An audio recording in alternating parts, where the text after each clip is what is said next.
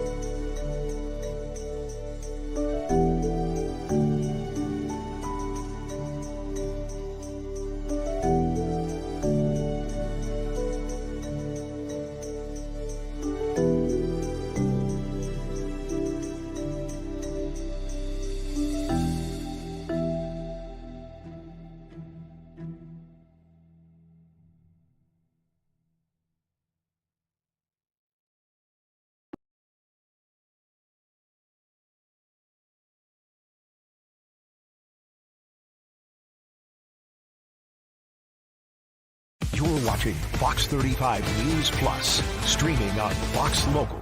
Well, good morning to you. Welcome into Fox 35 News Plus. I'm Garrett Weimer, and thanks for joining us. I want to get you straight to Sarasota right now, where Governor Ron DeSantis is taking part in an AI roundtable at New College of Florida. You can see some of the other experts and others that were involved in this roundtable as well. This started about an hour ago. Unsure how much longer it will go, but they are still discussing a lot of things here. So let's go ahead and listen in as this discussion continues on a topic that continues to be a big one at the state level, at the national level, all about artificial intelligence. So let's go ahead and listen in. They have for a long time. They're not an ad company the way Meta and Google are. They actually sell stuff that people find useful. And I think many of the, I think it's a very good question for you to all ask when you hear leading people speak and you talk to people from companies, which of the two teams are they really on there? And clearly, for some people, it's ultimately about power. In particular, I think building tools and making a lot of money off of that, go for it. It's great for America. It's great for humanity. But it's quite clear that the people who are talking about superintelligence, what they are really interested in is power. And some of them are even giddy with these transhumanist vibes. That's why I mentioned that essay earlier. And when I'm in San Francisco, I've known so many of these people for so many years, including the CEOs. Some of them, when you talk to them privately even, and many other people in this government are actually quite into transhumanism. And sometimes they'll say very disparaging things about humans, and humans suck and deserve to be replaced. I was at the world's biggest AI conference in December, and several people told me, I'm not going to shame them publicly, but that they actually would love to overthrow the U.S. government with their AI, because somehow it's going to be better. So talk about un-American AI. Yeah. This was brought up. How much more un-American can you get? Yeah, that's exactly. I have one quick thing on this point. There was a podcast interview with video with a New York Times reporter, author, columnist, I won't say who, and a tech founder, I won't say who, although his name is very familiar to everyone in this room. And the interviewer looked at him point blank and said, "Do you want a world governed by humans or robots?" Simple question. Hemmed, hawed, not sure. Well, I mean, talk about eye-opening. I'm not a tech founder. I'm not a professor. I'm a mom.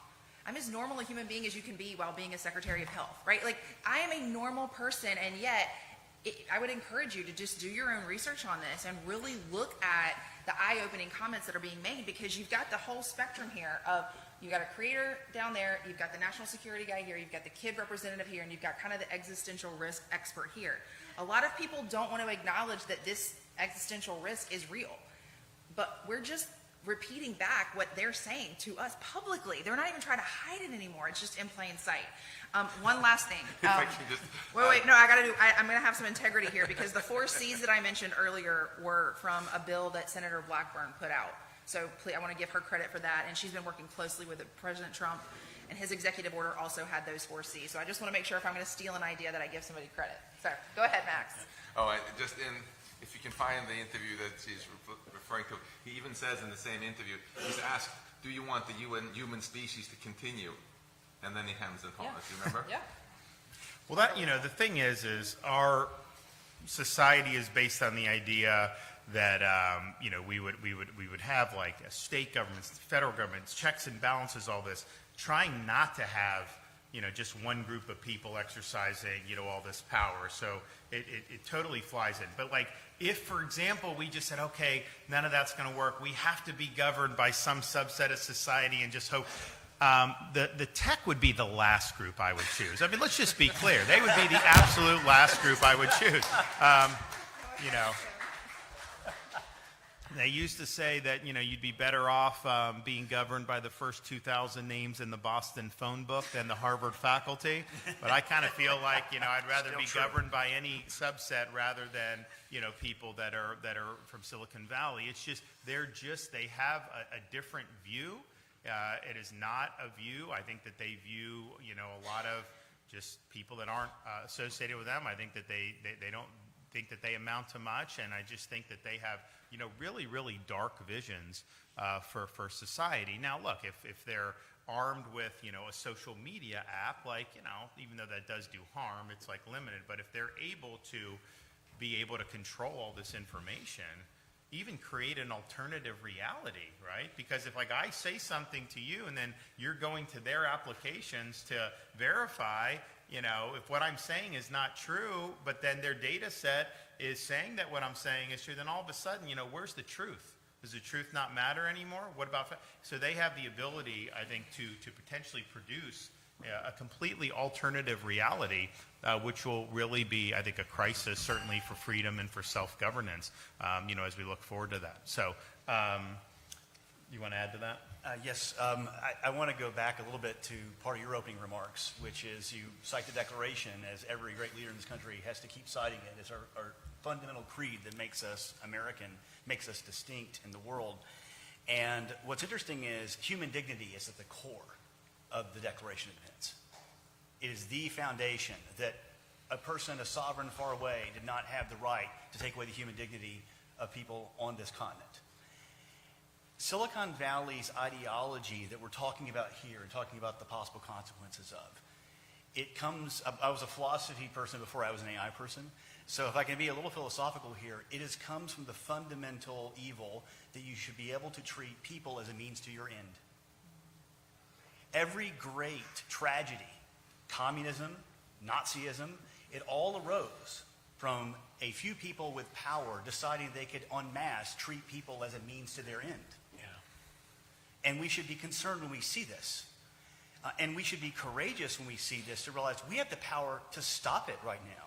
Governor DeSantis is standing up to it right now. Other leaders in this country are starting to stand up on this. And if we don't do it, we have one of two outcomes. One outcome is really bad, where we have lost the power in a way we can't get it back. And the other is people that want to use government in a way that's far more aggressive, far more socialist, far more against everything that's been done right in this state, are going to take power. Because they're going to be the only people defending human dignity.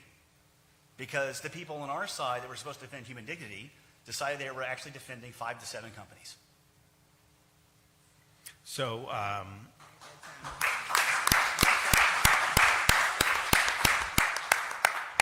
so the policies that we've kind of talked about that are, you know, appropriate to be able to prevent this type of downside, there'll be people that will say, well, you know, I agree with you on all that. Yeah, we don't want the kids, but we can't do any of that because that will kill innovation in AI and we won't be China. So any of the things that have been discussed, would any of those policies, if implemented in like an AI Bill of Rights in the state of Florida, would any of that prevent a tech company from, you know, developing applications that could cure cancer or that could help with military superiority?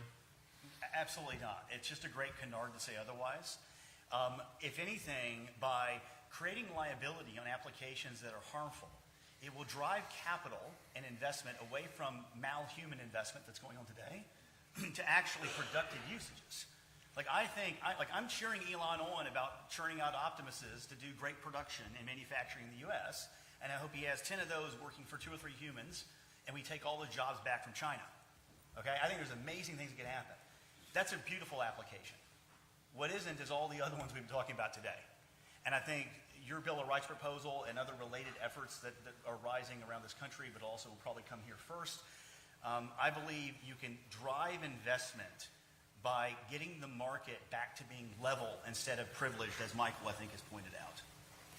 My kids, they love like cooking shows on like the Food Channel and stuff, like the bake stuff, and they try to bake. My girls do, at least. But so they were watching this one, and it was a guy, a chef, and a robot. And the robot was like trying to do, but you know, it would like fumble the sugar, and it would do this, and it's just like, and I'm thinking to myself, I'm like, honestly, like, you know, if I'm getting, if I'm having a steak dinner, like, I want the chef, I don't want the robot. I mean, like, it just like, you know, and it was just, it was just odd. I mean, I don't know, like, I just think some of this vision, you know, that they have to like try to displace. Because, you know, if you're a good chef, there's creativity and artistic expression in that. I mean, you know, these people take pride in what they do. You can't substitute that with a machine, the people that are really great at their craft. It takes years to hone that. And there's intuition involved. It's not just, you know, plugging in an algorithm. And so it's like, you know, I think that they're going to like stub their toe with trying to inject, you know, some of this artificial stuff into some of these arteries in society. And I do see people, they want something that's authentic. I think like you're going to, I mean, we'll see the Super Bowl, right? People are saying this is going to be the first AI Super Bowl. There's going to be AI ads. Like people watch the ads. Like half the country who watch like the football, the other half like the ads, right? And so they're watching the ads. And they say that there's going to be these fake ads, basically. And it'd be interesting to see what the response is to that. We're, you know, political campaigns. It's like they're going to be able to do basically fake ads. Like we think there should be a disclaimer on that to say, you know, but at the same time, I think voters are going to reject having AI shoved down their throats on the fake stuff. I do think that people, as more of this becomes, I do think there's just a natural inclination, you know, to double down on truth and on what's real and what's authentic. And those are the experiences that ultimately, you know, are going to be most meaningful. All right, we got any parting shots? Yeah, I just want to add that, look, being in favor of checks and balances is not being against innovation. To the contrary, it's trying to align incentives towards, as Tim said, things that really matter, things that are really useful. One of my cousins is here in the audience today, and he just lost his father, my uncle and my godfather, to ALS, which is a horrific disease. And it is entirely plausible that AI could assist us in curing awful diseases like ALS, like Parkinson's, like Alzheimer's. And those applications need to be encouraged and incentivized. That does not mean that we need to be giving a blank check to be big tech having sexual chatbots for children, right? And it's important for us as citizens to know the difference, right? And to approach politics and policy knowing the difference. Hear, hear. Okay, anyone else? Parting shot? Okay. I just want to say something about time. You know, the reason that you got so many blank stares when you talked about AI in the past was because things have gone much more quickly than people expected. So it wasn't on people's radar screens until recently. When people started, ever since people started talking about AI in the 1950s until about 4 years ago, AI was chronically overhyped, in my opinion, as a researcher. Things always over-promising, under-delivering, until about 4 years ago. Alan, 6 years ago, basically every researcher I knew predicted that we were decades away from having AI that could master language and knowledge, kind of like ChatGPT-4 or something.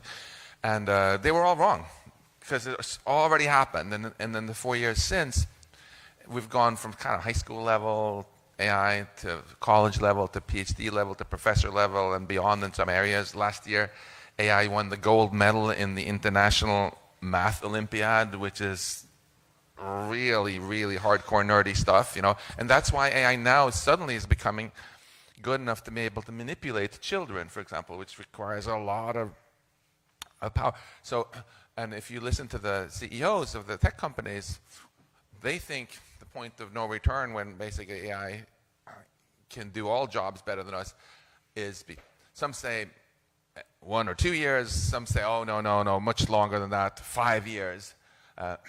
But we're not talking about, we thought we had decades to figure this out, which path we're going to take, the race to replace or the humanity first path. We don't have decades. We have to act now. And that's, in closing, why I'm so grateful that the state that's acting the fastest on this, under your leadership, Governor, is Florida. And I think we can get a real domino effect going here. As Florida blazes the trail, state after state will follow, and pretty quickly the federal government will follow too. Great.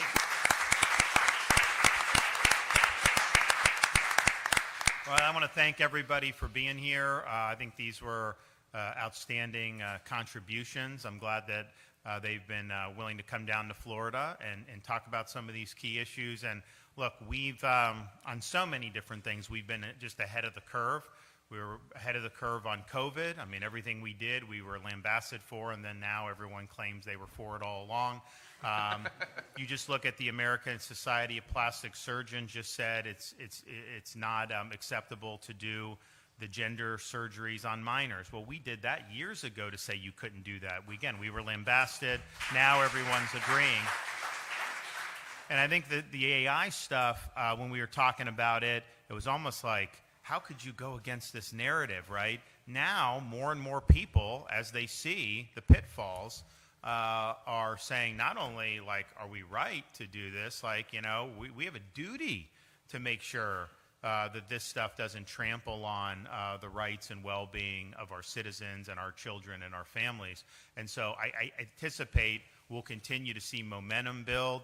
And, you know, look, the Congress has the authority. I mean, a lot of this stuff's interstate. They do have the authority interstate to do a regulatory framework if they wanted to. But that's different from just doing an amnesty and saying that tech can do what they want. I mean, if you want to step up as Congress, protect kids, God bless you. If you want to make sure you're protecting the intellectual property, if you want to make sure that you're channeling this in ways that are going to really bolster our society's well-being and our experience as human beings, great.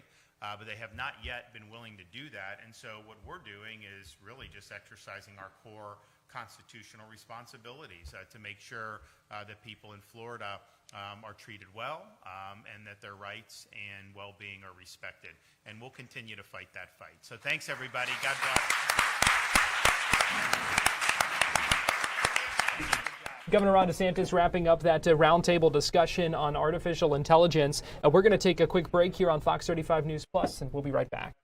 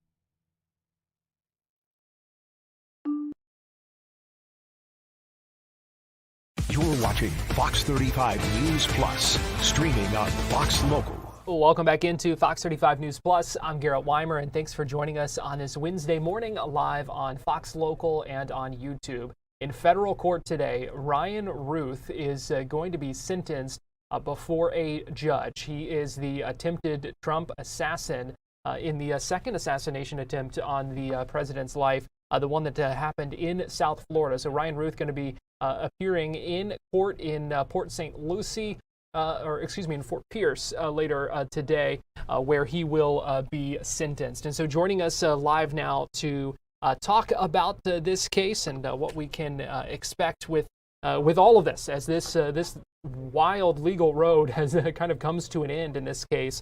We've got a defense attorney out of West Palm Beach, Michelle Suskauer, who is joining us live now to talk about this case. Michelle, we appreciate you joining us here on Fox 35 News Plus today. Thank you so much for having me. Michelle, this has been a very interesting and fascinating case to watch in a lot of ways, kind of coming to an end with the sentencing. Today we know that Routh faces a potential life sentence. What do you expect to see in this, given everything that has happened? Well, this has been just a very, very unusual case for a variety of reasons. And so although I don't think that the ultimate outcome today is going to be a surprise to anyone. And it's unusual because, first of all, it's in federal court. It was a jury trial that happened back in September. And the defendant actually represented himself, which is something that's never advised.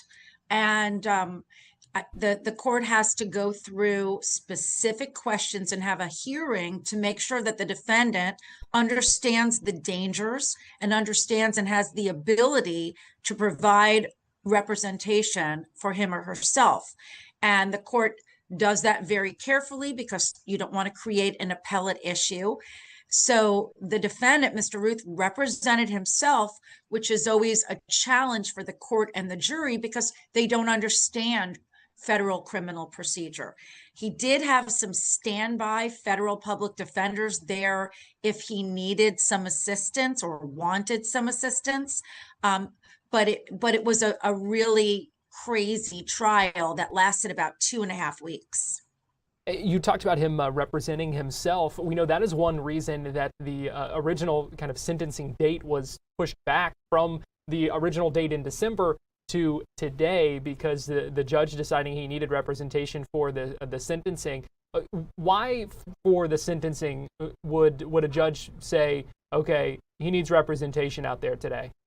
Actually, I think Mr. Routh wanted the representation and got representation not just for the sentencing, but for the for any appeal as well. So obviously that's very wise. It's important to have representation. It's a very, very important and critical point, even though the trial already happened.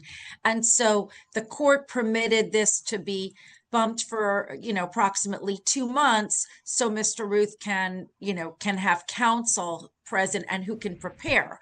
And what happened in between the trial and the sentencing is there's a pre-sentence report that's prepared. And so everyone has input. The government has input as to what they want to see occur. Probation has input, and so does the defense. And the court is going to review all of that and review his federal sentencing guidelines to then pronounce the sentence. And we expect that the sentence is going to be pronounced today. The government is asking for life, and the defense will be asking for something called a variance, or something that would be less than life, and is giving reasons that one of them is Mr. Routh's age. He's almost 60, and is looking for a sentence that will provide appropriate punishment, but is not excessive. What would a judge how would a judge come to that determination? Obviously, very serious charges here, an attempted assassination on a political figure. So what would a judge be kind of considering and taking into mind when looking at these arguments and deciding what to do here? Well, I think the court looks for a variety of things, looks for whether or not there's any acceptance of responsibility, which in this particular case, there is not. That's a significant issue for the court. And of course, looking if someone has any prior criminal history or contact with the criminal justice system, looking at the facts themselves, the number of charges that and the nature of the charges that the defendant was convicted of. Obviously, things that happened during the trial that came into evidence, and again, what the recommendations are from both parties. So I don't think it's going to be a surprise. I would think the court probably is going to lean closer to what the government is asking for. If not life, then pretty much close to it. Mr. Routh, I think, is just shy of 60. And so anything over 20 years pretty much is life. Well, I would imagine part of the consideration has to be sending a message as well, doesn't it? That things like this are not going to be accepted and aren't tolerated in the legal system? Oh, sure. Absolutely. And I think there are so many eyes on this case as to what's going to happen. Again, this was a serious matter, an attempted assassination of then candidate Trump. And, you know, looking at the facts of this was something, according to the evidence that came out, that was planned. That was not a spur of the moment, that Mr. Routh was in hiding, that he was armed at a place where, you know, then candidate Trump was playing golf, and that there was an assault on a federal law enforcement officer, a Secret Service agent who actually spotted him. And so I think it's very significant. And of course, there's a message that's going to be sent. But again, now we're dealing with now President Trump. And so I think that it's very likely that Mr. Routh is going to be sentenced to the rest of his life in federal prison. When you talk about appeals and things moving forward, because we know that it won't end fully today, what will some of the arguments that the defense makes on appeal when it comes to trying to get, you know, whatever sentence lessened or whatever the case may be? You know, again, this case is sort of chock full of potential issues. And again, I'm not saying that there will be a reversal, but when you have an individual who's charged with something this serious, who's representing themselves, certainly the appellate courts are going to be looking at the colloquy, the conversation between the court and the defendant to make sure that he understood what he was doing, any evidence that came in, witnesses that testified, so jury selection. So there certainly are many, many issues. And this was a long trial. This was approximately 2.5-week trial with multiple witnesses. And so the appellate courts are going to look at all of those issues to make sure that everything that was done, that Mr. Routh received a fair trial, even though he represented himself, that he understood what he was doing. And this could, you know, go on for years and years. But in the meantime, Mr. Routh is not going to be out pending the appeal. He is going to be beginning to serve whatever sentence the court deems is appropriate at the time. All right. A lot of intricacies to this case. Michelle Suskauer, attorney, we appreciate you joining us and breaking all that down for us. You did a great job explaining kind of what all has happened and where things go from here. We appreciate your time and your expertise here on Fox 35 Thank you so News much. Plus. Thank you. We're going to take a break and we'll be right back.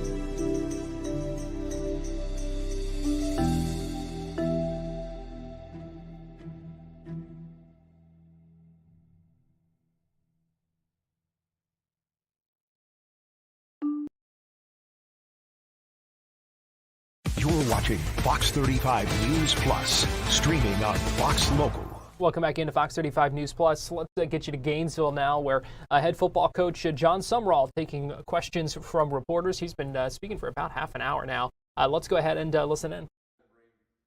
Heavy number of Tulane guys. I told those guys that was sort of probably going to be the likelihood. I told them all, I'm not going to outbid to get you. Like, we brought our kicker, our punter from Tulane. So I think when you have some knowns, though, you like bringing guys that you may know. Off what you said about Manuel, is there any other guys specifically that have stood out to you these past months that I look at? Transfer guys? Yeah, or just for Duke that one, yeah, I mean, Eric Singleton has stood out. Bailey Stockton is an extreme competitor. I mean, they've all flashed in certain ways, but Bailey Stockton, man, he's a complete competitor. Like, in our morning workouts right now, he does not want to lose. He likes competing. You know, I'd be remiss to not say, but like several of the linemen look good to me. All four of the linemen, I think, have stood out. Emmanuel, you mentioned. Cam Dooley's got great length he can run. One that's probably been a pleasant surprise is Kanye Clark, UCLA DB. He's been electric in our running stuff right now and movement stuff. I feel good about all of them we've added to this point. Nobody's done anything where I'm like, man, why did we do that? But we hadn't put pads on yet either. Freshman-wise, there's several guys. You know, this Carr, you know, he's from Ocala, but went to IMG, the offensive lineman. He's got a maturity about him that's very impressive. Some of the guys, we'll see. John, when your spring ball is coming up, what are you looking to accomplish in the spring? Just learn how we operate schematically within all three phases, individual player development, and compete. You know, it's not real complicated. Like, we got to learn what to do, learn how to do it, and then improve individually. Coach, the decision to bring in Aaron Philo as really your main quarterback, how much of that was just your trust in Buster Faulkner and his confidence in Aaron Philo? Yeah, Buster's very confident in Philo and his readiness to be a high-level player, and so that made me more confident because he saw him every day for the last couple of years. So that was a huge part of that. If Buster hadn't been with him, I probably would have had more questions. But you know, when a guy's been around somebody that long and seen it since a younger age, you feel better about it. And then I would also say too, like, I think it also is probably an endorsement of how I feel about Trammell. Like, I think Trammell's got a really high ceiling too, so I'm excited about. And it's not just down to those two guys yet. You know, my first year at Tulane, Darian Minson was the third quarterback until 2 weeks before the first game. So we're going to compete. Everybody's going to get what they earn. There is no starting quarterback yet. Special teams. What are you? How involved are you there? I mean, I know you talked about Urban and that relationship. I know the game's changed a lot, but this team's, I mean, it was like, I think 17 block kicks on those two national title teams combined. How much do you involve yourself in that and emphasize that? Yeah, I've got a background as a special teams coordinator when I was an assistant coach, and that part is still a passion of mine. Jonathan Galante will run our kicking game stuff. I'm involved in all of it. I don't put any play calls in the game, but all the play calls that go in the game, I know exactly what we're doing. So I'm not like, yeah, you call whatever you want. Like, we ain't doing that. But I also very rarely, occasionally I interject and go, hey, I want to see this. Special teams, probably a decent amount of defense here and there. Offensively, more conceptually, what I really do with the offense is I probably look at what the defense is doing and give them information I think that can be helpful about how we can attack them. But in the kicking game, I'm involved. I mean, I'm going to be in every special teams meeting. At practice, I'm probably more engaged to the practice component of special teams than I am anything in regards to my focus, because I think when your head coach and your whole staff, you'll see a staff coach special teams too. If you're not the offensive line, defensive line coach, or one of the coordinators on special teams, it'll be all hands on deck at practice. Like, everybody will be involved in the drill, because I think that shows our team, hey, this is important. And if all the coaches are involved, it feels important. That's why I go in the weight room a lot, because when I'm in the weight room a lot, I think our players go, man, it must be important to be in the weight room, to be strong. if the head coach isn't involved in the kicking game, I think it diminishes what those guys think the kicking game can do for your individual opportunities in this game, but also your team success. And so I'm very involved. With roster and transfer portal scouting, have you had a lot of time to really assess the signing class itself and what they did in high school? Yeah, so I crash course studied them right when I took the job. Like I tried to watch a little bit of all of them's tape immediately, just so I at least had some familiarity. The nice thing is 100% of our signees are mid-year, so I've seen them the last few weeks. But initially, it was very much speed dating, if you will, where it was like, man, watch a few minutes of highlights, do a FaceTime with all of them, get to know who they are interpersonally, and then figure out just kind of what they were about. This is your third head coaching job, so you obviously third brand new staff. How do you get a new staff to buy into everything and then translate that to all these new players, particularly with a culture that's constantly changing because of the point? Do you have our building wired or something? Because that's what we've been doing the last 2 days. So we talked about it again this morning as a staff after our workout when we staffed at 8:15. We spent the last couple of days really being detailed and strategic about making sure there's alignment, an understanding of the standards. I'm huge on like your role and your job description and responsibility being very clear. I hate ambiguity. And so each person has things they're responsible for, but we're all responsible for being great teammates first. And so we all have to be bought in. Now, that doesn't mean just blindly trust whatever I say. I ask them all the time to challenge me. If you've got great ideas or feedback, bring it up. I haven't arrived. Nobody has. And so I think you're constantly trying to get better. I told our staff when we started this process most recently, we got off the road to kind of do some alignment calibration work. I just talked to them about, what's unique and challenging for me is my first head job at Troy had a staff of like 18 people, right? And so I was everybody's direct line of report. Then I went to Tulane and the staff size was roughly double. And then I walked in here and I'm like, there are 1 million people. All right, and that doesn't really work with me. I don't need it to be small, but it was a little bit maybe too robust for my liking, because I think when you get too big, are you doing enough work? Are you bored? Like, I want to stay busy. I don't want to go around the building like twiddling their thumbs trying to figure out, like, what do I do now? Well, if you have to think about what I do now, you probably don't have enough on your plate. Like, I don't have any time to go, what should I do right now? So I want our guys, everybody in the building, to be busy and occupied and working. But I think cohesion is so important. There's a quote by G.K. Chesterton: "The true soldier doesn't fight for what's across from him, but he fights for what's behind him." I want us to be connected and care about each other, fight for each other, bring it every day, have each other's back. We're going to be in a foxhole all the time. It ain't always going to be good. We might, I hate to break it to you, I'm undefeated right now, we might lose a game here. But when it goes sideways, do you flinch? Are you so outcome driven that you don't weather that storm? We're going to weather storms here. And we're going to do it because we're aligned and we got each other's back. What have you seen from? Or last one, right? Yeah. Last one. What have you seen from Evan Pryor and just the running back room overall? Yeah, Evan Pryor can roll, man. He's got great speed, short area quickness. I think he adds a little bit different dimension.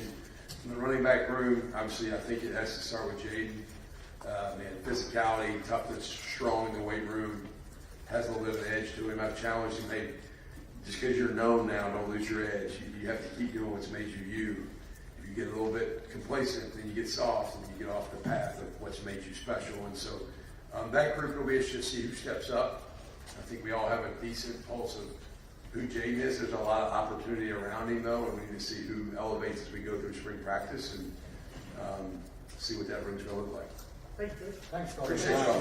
Thanks for being here. Yes, thank you. John Sumrall wrapping up his remarks there in Gainesville. We're going to take a quick break here on Fox 35 News Plus, and we'll be right back.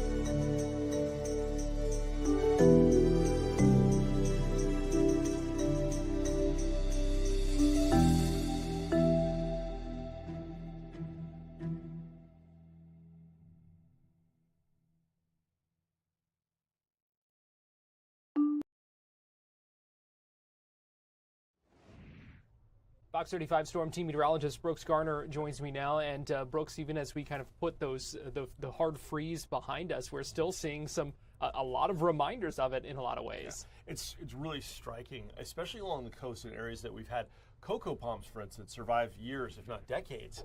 We're seeing some real damage right now. This is a view from Port Canaveral, and you can see how the leaves have all been bleached. The once green fronds have turned brown, they've bronzed, and these may be lost. Cocoa palms, once they get below about 25 degrees, can not only get shocked, but be absolutely just killed. And these aren't cheap. they don't grow very fast, and so there's going to be a lot of impacts here. We've had agriculture issues. Obviously, some farmers estimating they've lost more than half their crop. And how do you quantify all the losses to landscaping in businesses, backyards across the whole state? I mean, this could be a cumulative impact of hundreds of millions of dollars. I mean, even in our backyard, we planted a couple $100s worth of shrubs, and they were a type of shrub that did not make it. I should have known better. I was optimistic, but they're gone. And that's just on a very small scale. So now if you look at, multiply me by, the 20 million people across this part of Florida that got the hard freeze, that's definitely going to have some economic impact, not to mention the huge industrial scale farming. So yeah, seeing these palm trees looking like they do, it really is telling. Well, now we're looking upstream. This is in Port St. Joe in the Panhandle, where the palm trees there are looking okay. These are the types of palm trees. They're called sable palms that are very endurant to cold. But I'm showing you this camera because it's raining there, and it's a weather system that's coming our way for tomorrow morning. So we've currently got blue skies in Orlando. The queen palms are doing okay. They actually fare okay in freezes like this. They can do pretty well. 63 degrees at Lake Fairview. A warm and mostly sunny day today with high temperatures rebounding to nearly 70 degrees in many locations. In Orlando, we should peak about 73 by 4 o'clock after this really pleasant lunchtime hour. Then we'll cool down to the 60s by dinner time. But yes, we've got this front that's strewn across the northwest portion of our state. It'll make its way into our region tomorrow morning, bringing with it some rain and some briefly cooler temperatures before we really start to rebound into a much warmer setup. So it'll be 73 in Kissimmee today, 71 degrees in Ocala. Overall, a really nice rebound. But here's a look at that cloud band coming in from the west, from New Orleans to Atlanta, thick clouds extending all the way into the Tallahassee area. But we're sitting on the warm south side of the system with bright sunshine. But there's a look at the radar with the front superimposed on top of it.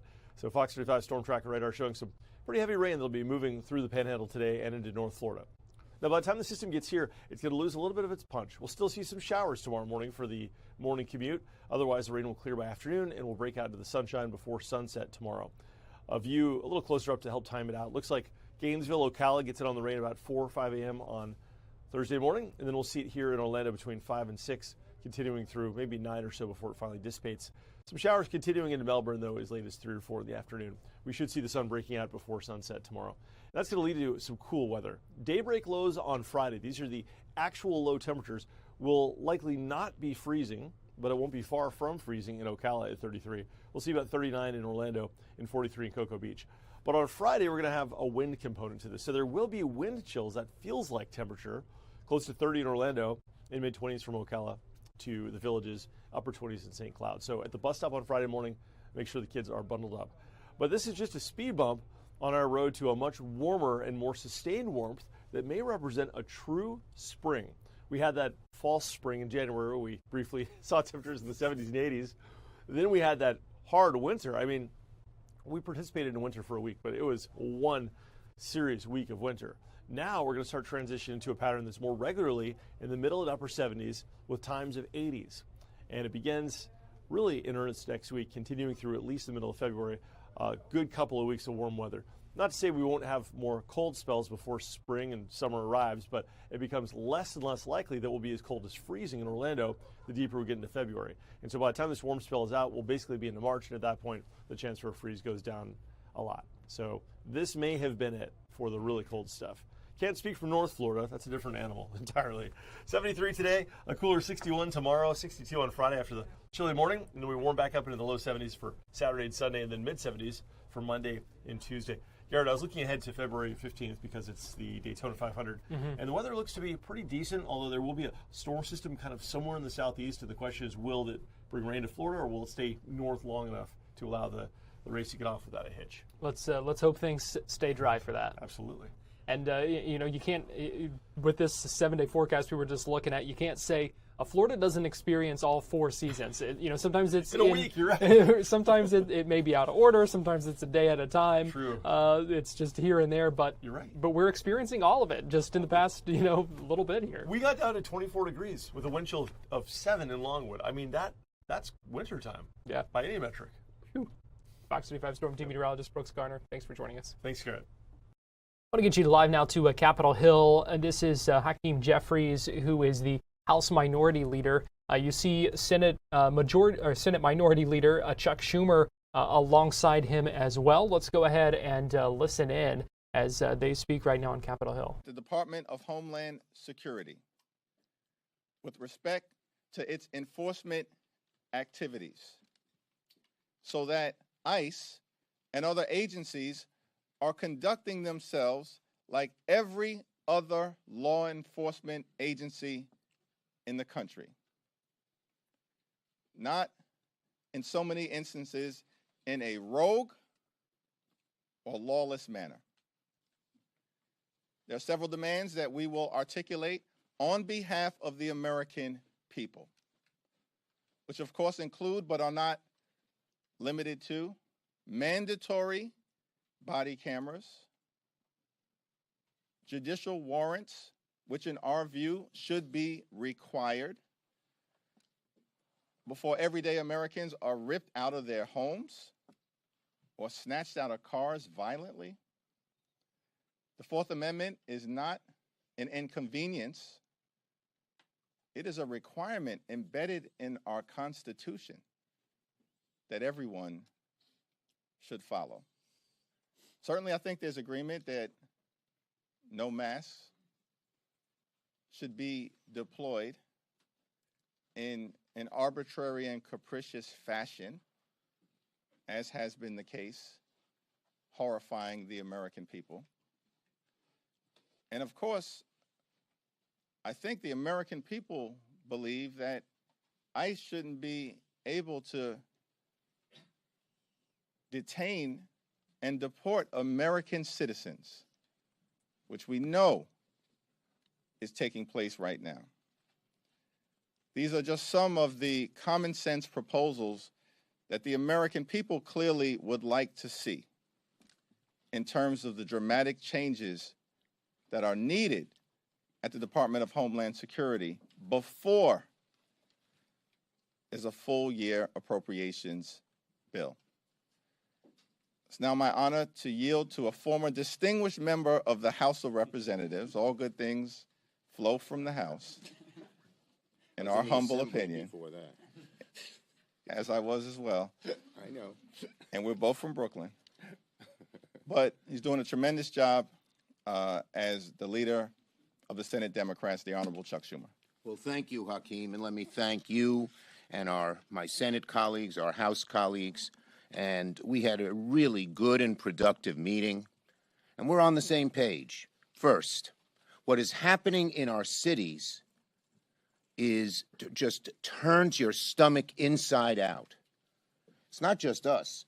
When Americans see the pictures of these goons beating people, pushing people, and even shooting and killing people, they say, this is not America. And what the hell is going on in our cities? It is reminiscent of dictatorship. And when some of these ICE thugs just keep beating and beating and beating a woman who's pushed to the floor, that's un-American. And the American people are on our side. 90% have seen the videos, according to a most recent survey. And they are appalled. And they are urging the Senate and the House, the Congress, and the White House to stop this. And so, Democrats, we have common sense, tough objectives to rein in ICE. And the Republicans need to get serious.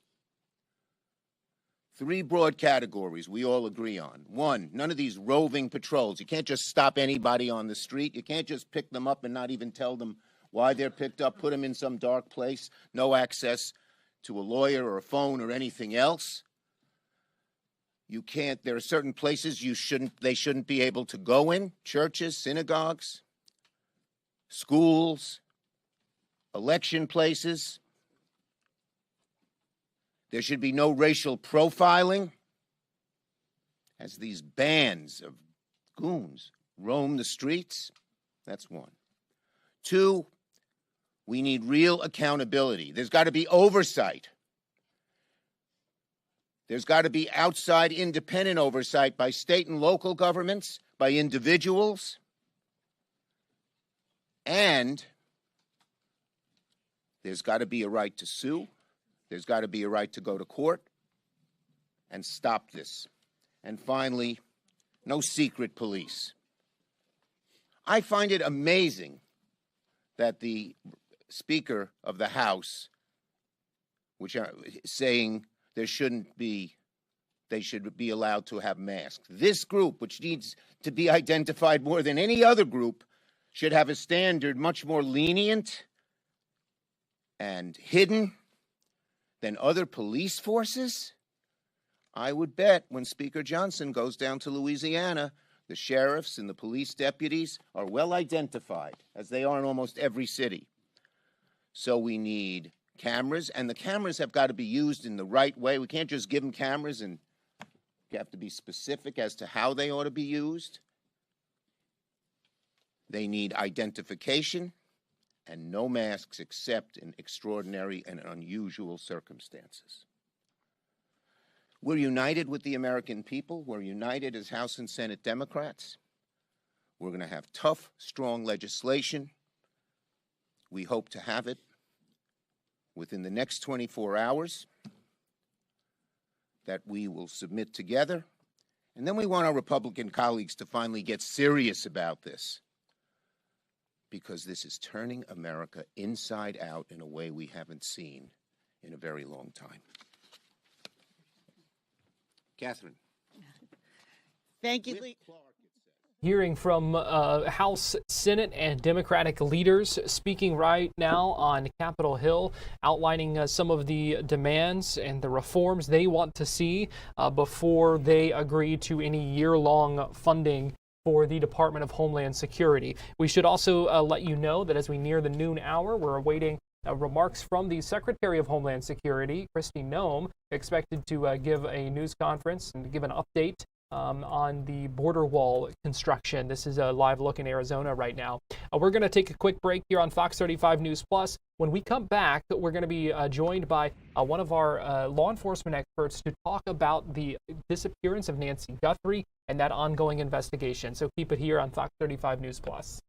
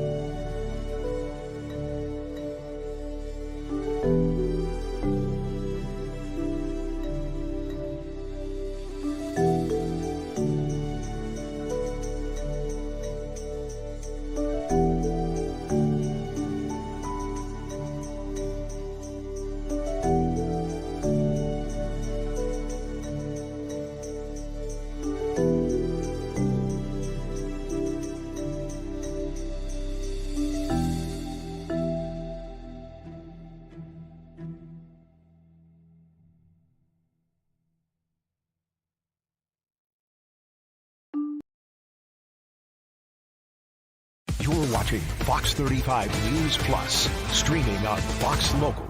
Well, welcome back into Fox 35 News Plus, noon on this Wednesday. I'm Garrett Weimer. Thanks for joining us here on Fox Local and on YouTube. We are continuing to track this scary and sad case out of Pima County, Arizona, the Tucson area, where Nancy Guthrie, an 84-year-old woman, disappeared from her home. This is getting a lot of attention because she is the mother of Today Show host Savannah Guthrie, and there have been a lot of questions about what happened.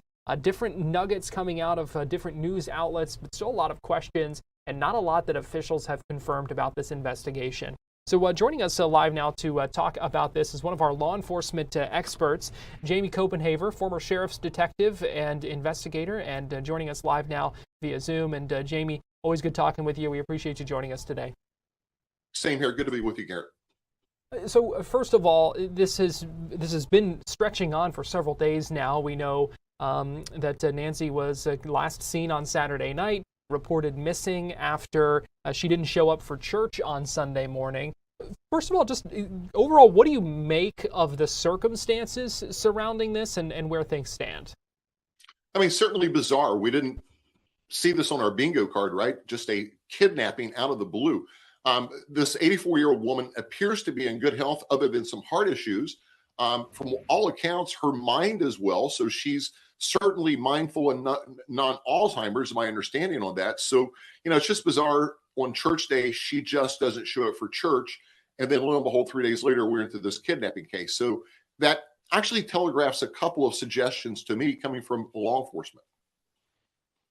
And what kind of stands out to you then in that? I mean, it's almost as if she probably, I'm going to suggest, knew her attacker or her assailant or her kidnappers. Just by the mere fact nothing was broken. It's my understanding there were no forced entry to the Guthrie home.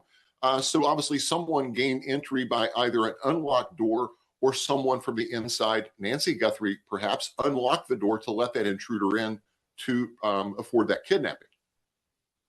We have seen some unconfirmed reports, some news outlets highlighting who they believed to be a person of interest who was a family member, an extended family member. But the sheriff coming out today, posting this on social media, saying, at this point, investigators have not identified a suspect or person of interest in this case. Detectives continue to speak with anyone who may have had contact with Mrs. Guthrie. Detectives are working closely with the Guthrie family, and while we appreciate the public's concern, the sharing of unverified accusations or false information is irresponsible and does not assist the investigation. Bottom line here, reiterating, no suspect or person of interest has been identified at this time. Talk about that from a law enforcement perspective when you see things come out like that, when they have already tried to be, it seems, pretty tight-lipped about this for whatever reason, and then seeing things like that. What impact does that have, or could that have, as they're trying to zero in on this case? What that tells me from the presser the sheriff had, they have more evidence or more information than what they're willing to release. You and I spoke a little bit about it off air. If you're not going to release any new information, don't hold a press conference, right? Because you have all of these stations show up. You have the community that's distraught. They knew this woman. They have church and congressional people that knew this woman. Just don't hold the press conference. But that tells me I think the sheriff knows a lot more than what he's letting on to be, and rightfully so. It could hurt the integrity of that case, Garrett. Let's go back to the Brown University case. That suspect was identified through a geodata fencing from a cell phone signal. So, they're working that angle from digital and electronics, plus good old 101 police work of tracking down leads and suspected bad guys that they have no one on their plate. The most bizarre part about this, we haven't heard a motive. That's going to play a lot into their investigation if they know the motive of why Nancy Guthrie was kidnapped. We just don't know that yet. We have seen a number of news outlets, TMZ, some in the Arizona area, saying that they received ransom notes, essentially, demanding millions in Bitcoin for her safe release. Now, right now, we don't know if those are, actually legitimate or just someone trying to, play a sick joke and get some money out of this. But if they turn out to be verified, if they turn out to be real? How does something like that change the circumstances and how investigators now have to handle this? Yeah, the big question, if that's an in fact legit kidnapping ransom note, which I think it is, there's a bona fide legitimate blockchain address for that wallet for that Bitcoin to be sent to. So, I can assure you that Treasury and FBI is working that angle to try to identify the account holder on that Bitcoin wallet. More importantly, in that ransom note, there were a couple of items of interest that were pointed out by the kidnapper or kidnappers of items in the home that only someone in the home would know. So it doesn't sound like it's a hoax letter based on the sheriff pretty much saying, that there was an item that was broken in the house. No one else would have known that unless they had access. So that sort of telegraphs to me that's a legitimate note. But they're just, they're keeping that close to the vest for investigative techniques and purposes. How does law enforcement then address that? How do you handle that?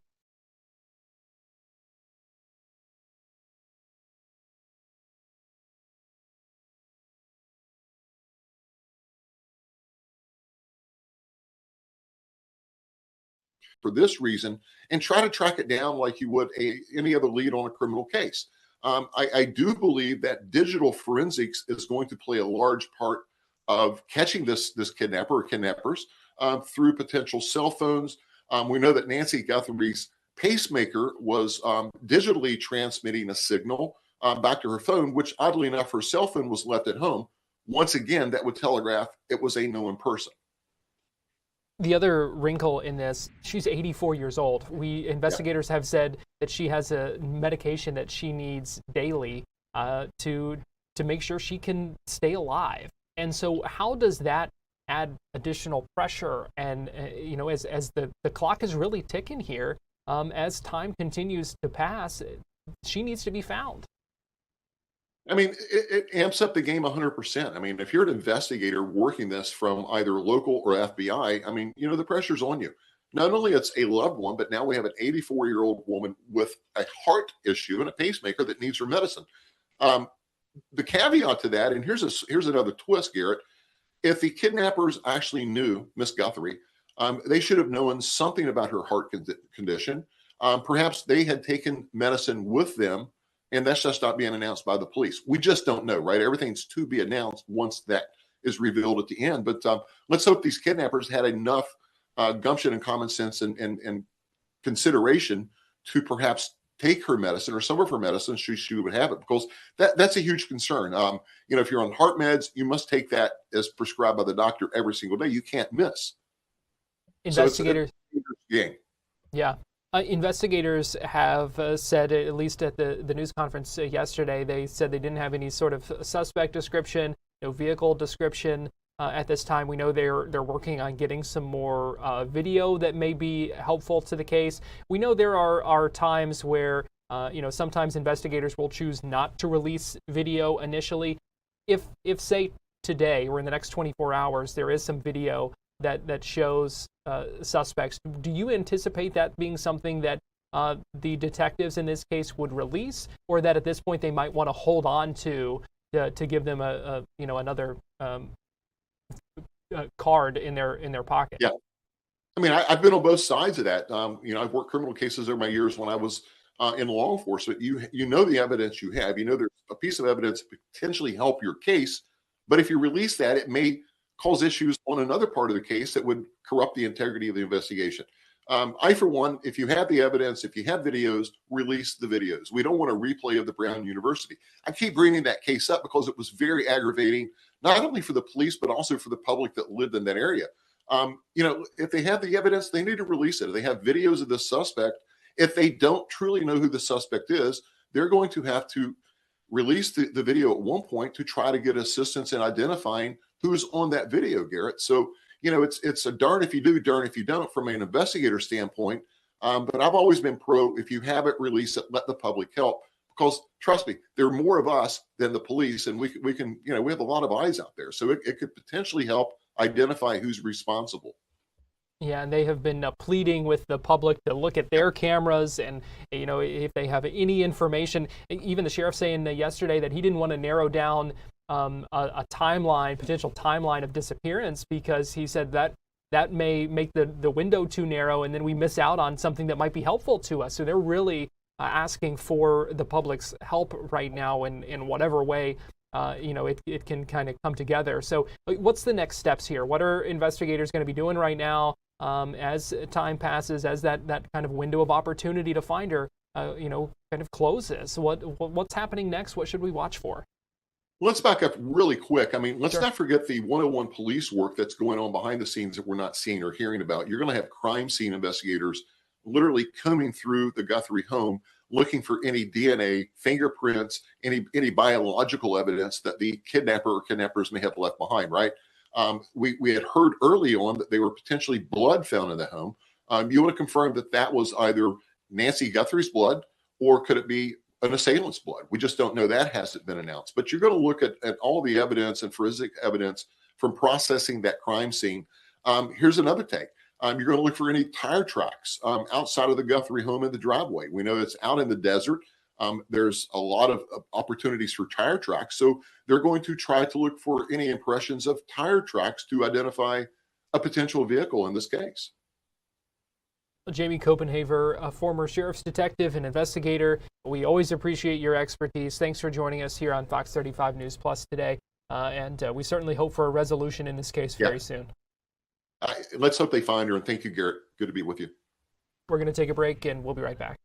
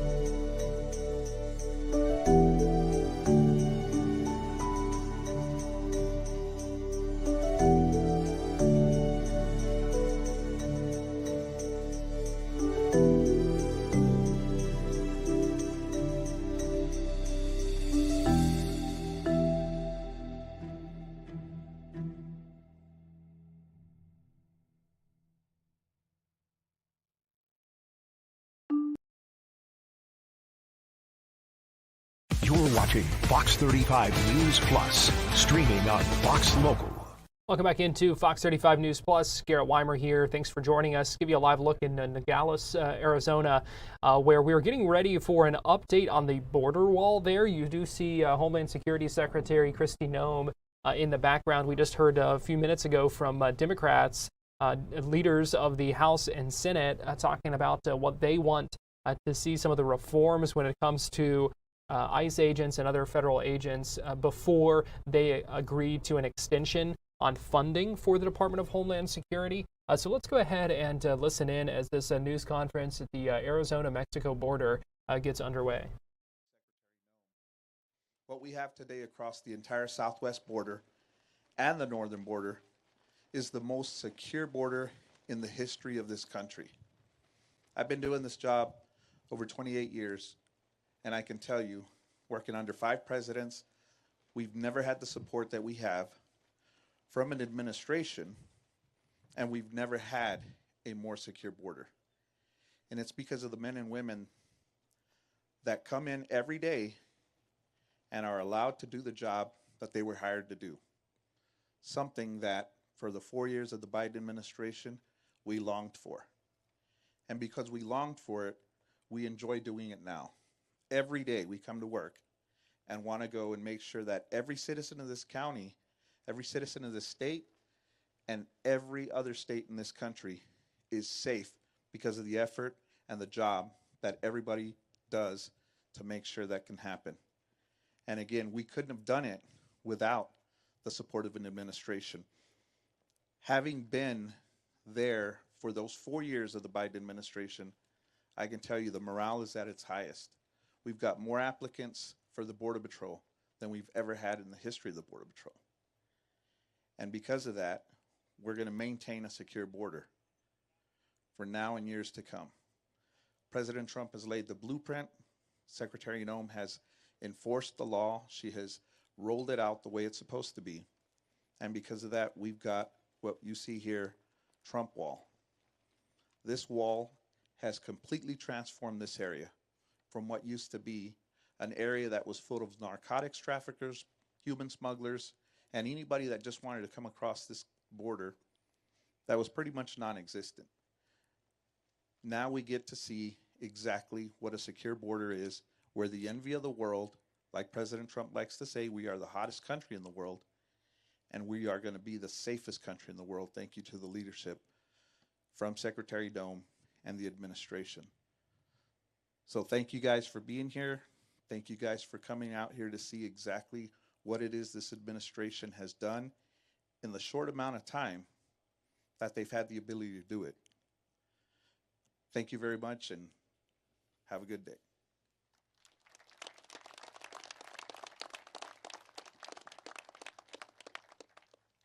Please welcome Chief of the United States Border Patrol, Mike Banks. Man, good to be back in sunny Arizona. It's been a lot of time out here. I see a lot of familiar faces. Never thought I'd be coming back as the chief, but we're going to drive it like we stole it, right? And so, look, I just want to say this. We've heard whole of government approach our entire careers.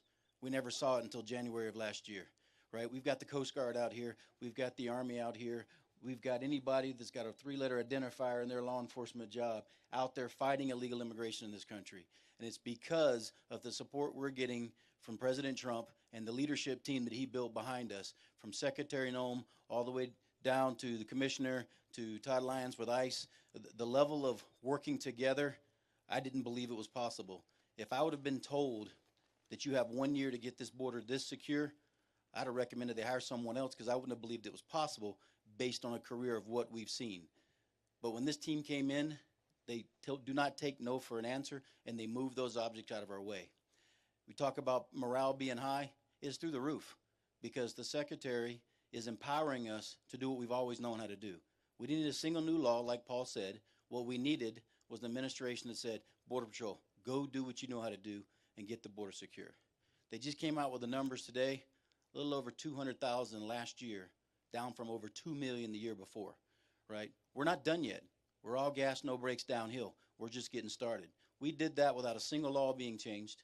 We did that, and we didn't get the first dime of money until a few months ago in the Big Beautiful Bill. And we're going to use that Big Beautiful Bill to continue building this wall. We're going to continue building wall across. This wall is going to be coming with all the technology that it requires. We're getting the vehicles we need so that agents aren't standing in line waiting to go to work while people are crossing the border. The border is the most secure it's ever been. We're not done yet.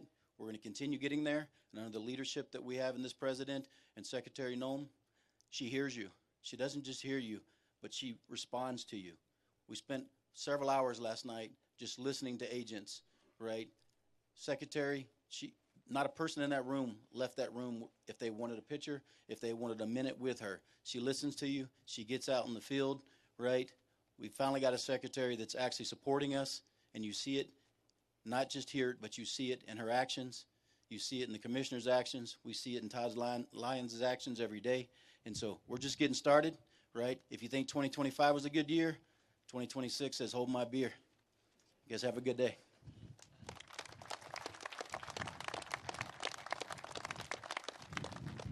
Please welcome senior official performing the duties of the Director of the United States Immigration and Customs Enforcement Agency, Todd Lyons.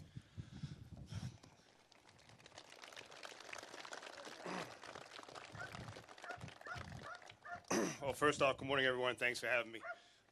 You know, just like the chief said, you know, I've done my whole adult life pretty much in law enforcement, and you know, more than 20 years doing immigration enforcement. I've never seen the teamwork that we have right now, and I've never had the leadership like President Trump and Secretary Noem. Border Patrol sees it, ICE sees it, OFO and AMO. We never had a secretary that was out there on the front lines with us every day, willing to put herself out there to be seen, to actually know what we do every day. And that's what the amazing thing is. The partnership with the Border Patrol has been amazing.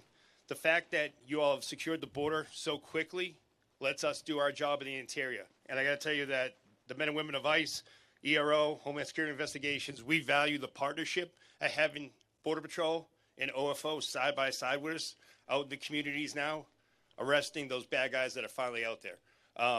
Chief Paul said it best. We didn't need any new laws. We just had to have the opportunity to enforce the laws we've trained for our whole lives. And that's what we're doing right now. I always say that it was always hard to do law enforcement by executive order. We're not doing that anymore. The executive order we have now from the president and the secretary is go do your job.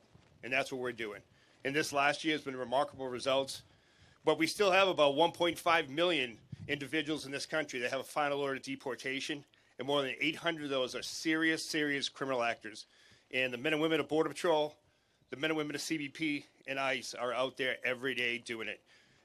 And one thing is for sure, not only do the American people appreciate what we're doing, but all these moms and dads and angel families all around the United States that under the last administration had to suffer horrendous losses because of poor policies. But now with Secretary Noem and President Trump at the helm, it's not going to happen anymore.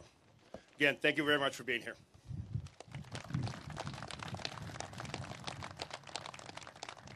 Please welcome Commissioner of the United States Customs and Border Protection Agency, Rodney Scott.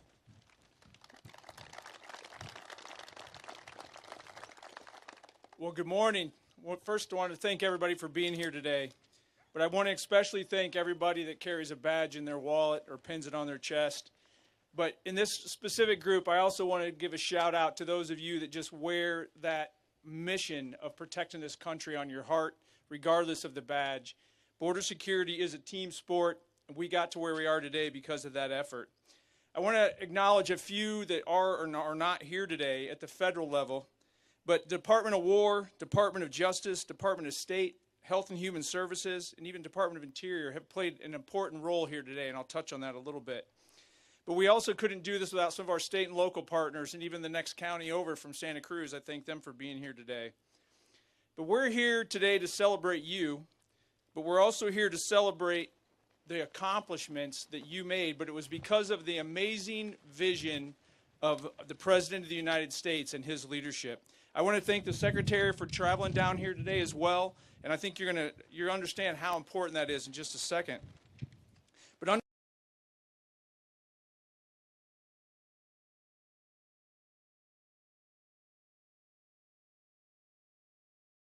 specifically on one aspect of it, and that is that in less than a year, we have provided the most secure border in the history of the United States.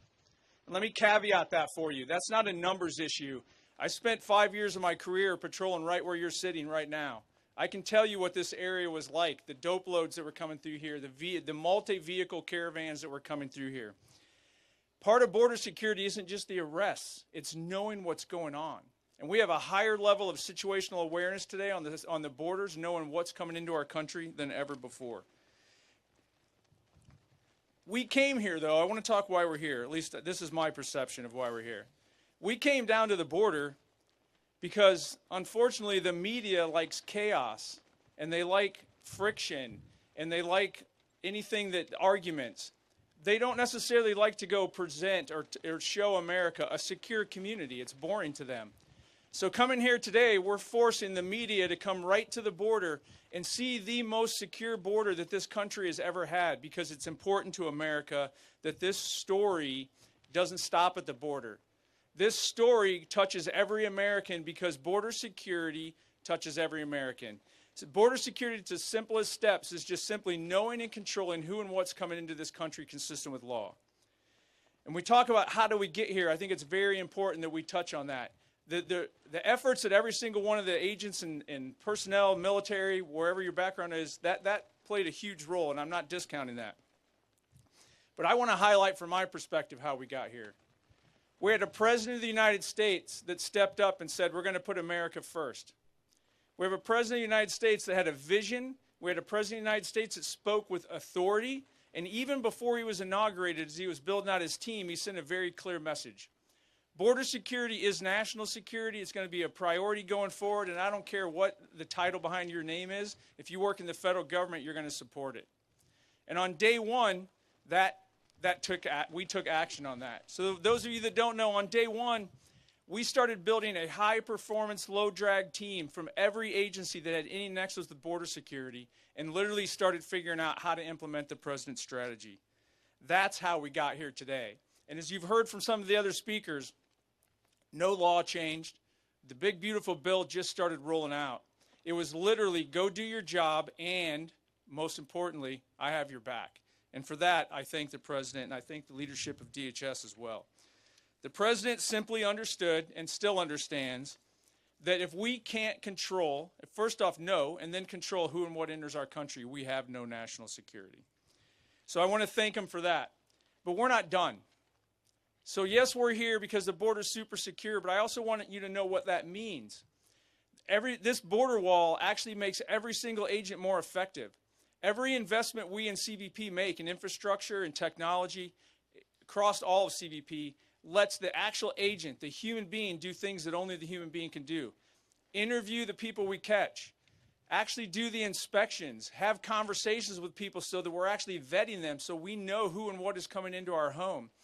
That is having a snowball effect to where now we're doing interviews at the border that within minutes that information is being handed off to ICE so that we can find people that snuck into this country or got released by a corrupt prior administration, and we can go get them out of the communities and make this place safer. At the ports of entry, we're doing more inspections than ever before. We're seizing more fentanyl than ever before. Why? Because President Trump understood that chaos provides cover for criminals. And when we reduced the illegal immigration at the border and shut down that chaos, it allowed Border Patrol agents, Customs and Immigration Enforcement agents, DEA, every agency out there to focus on the real threats, the networks that keep bringing these threats to us.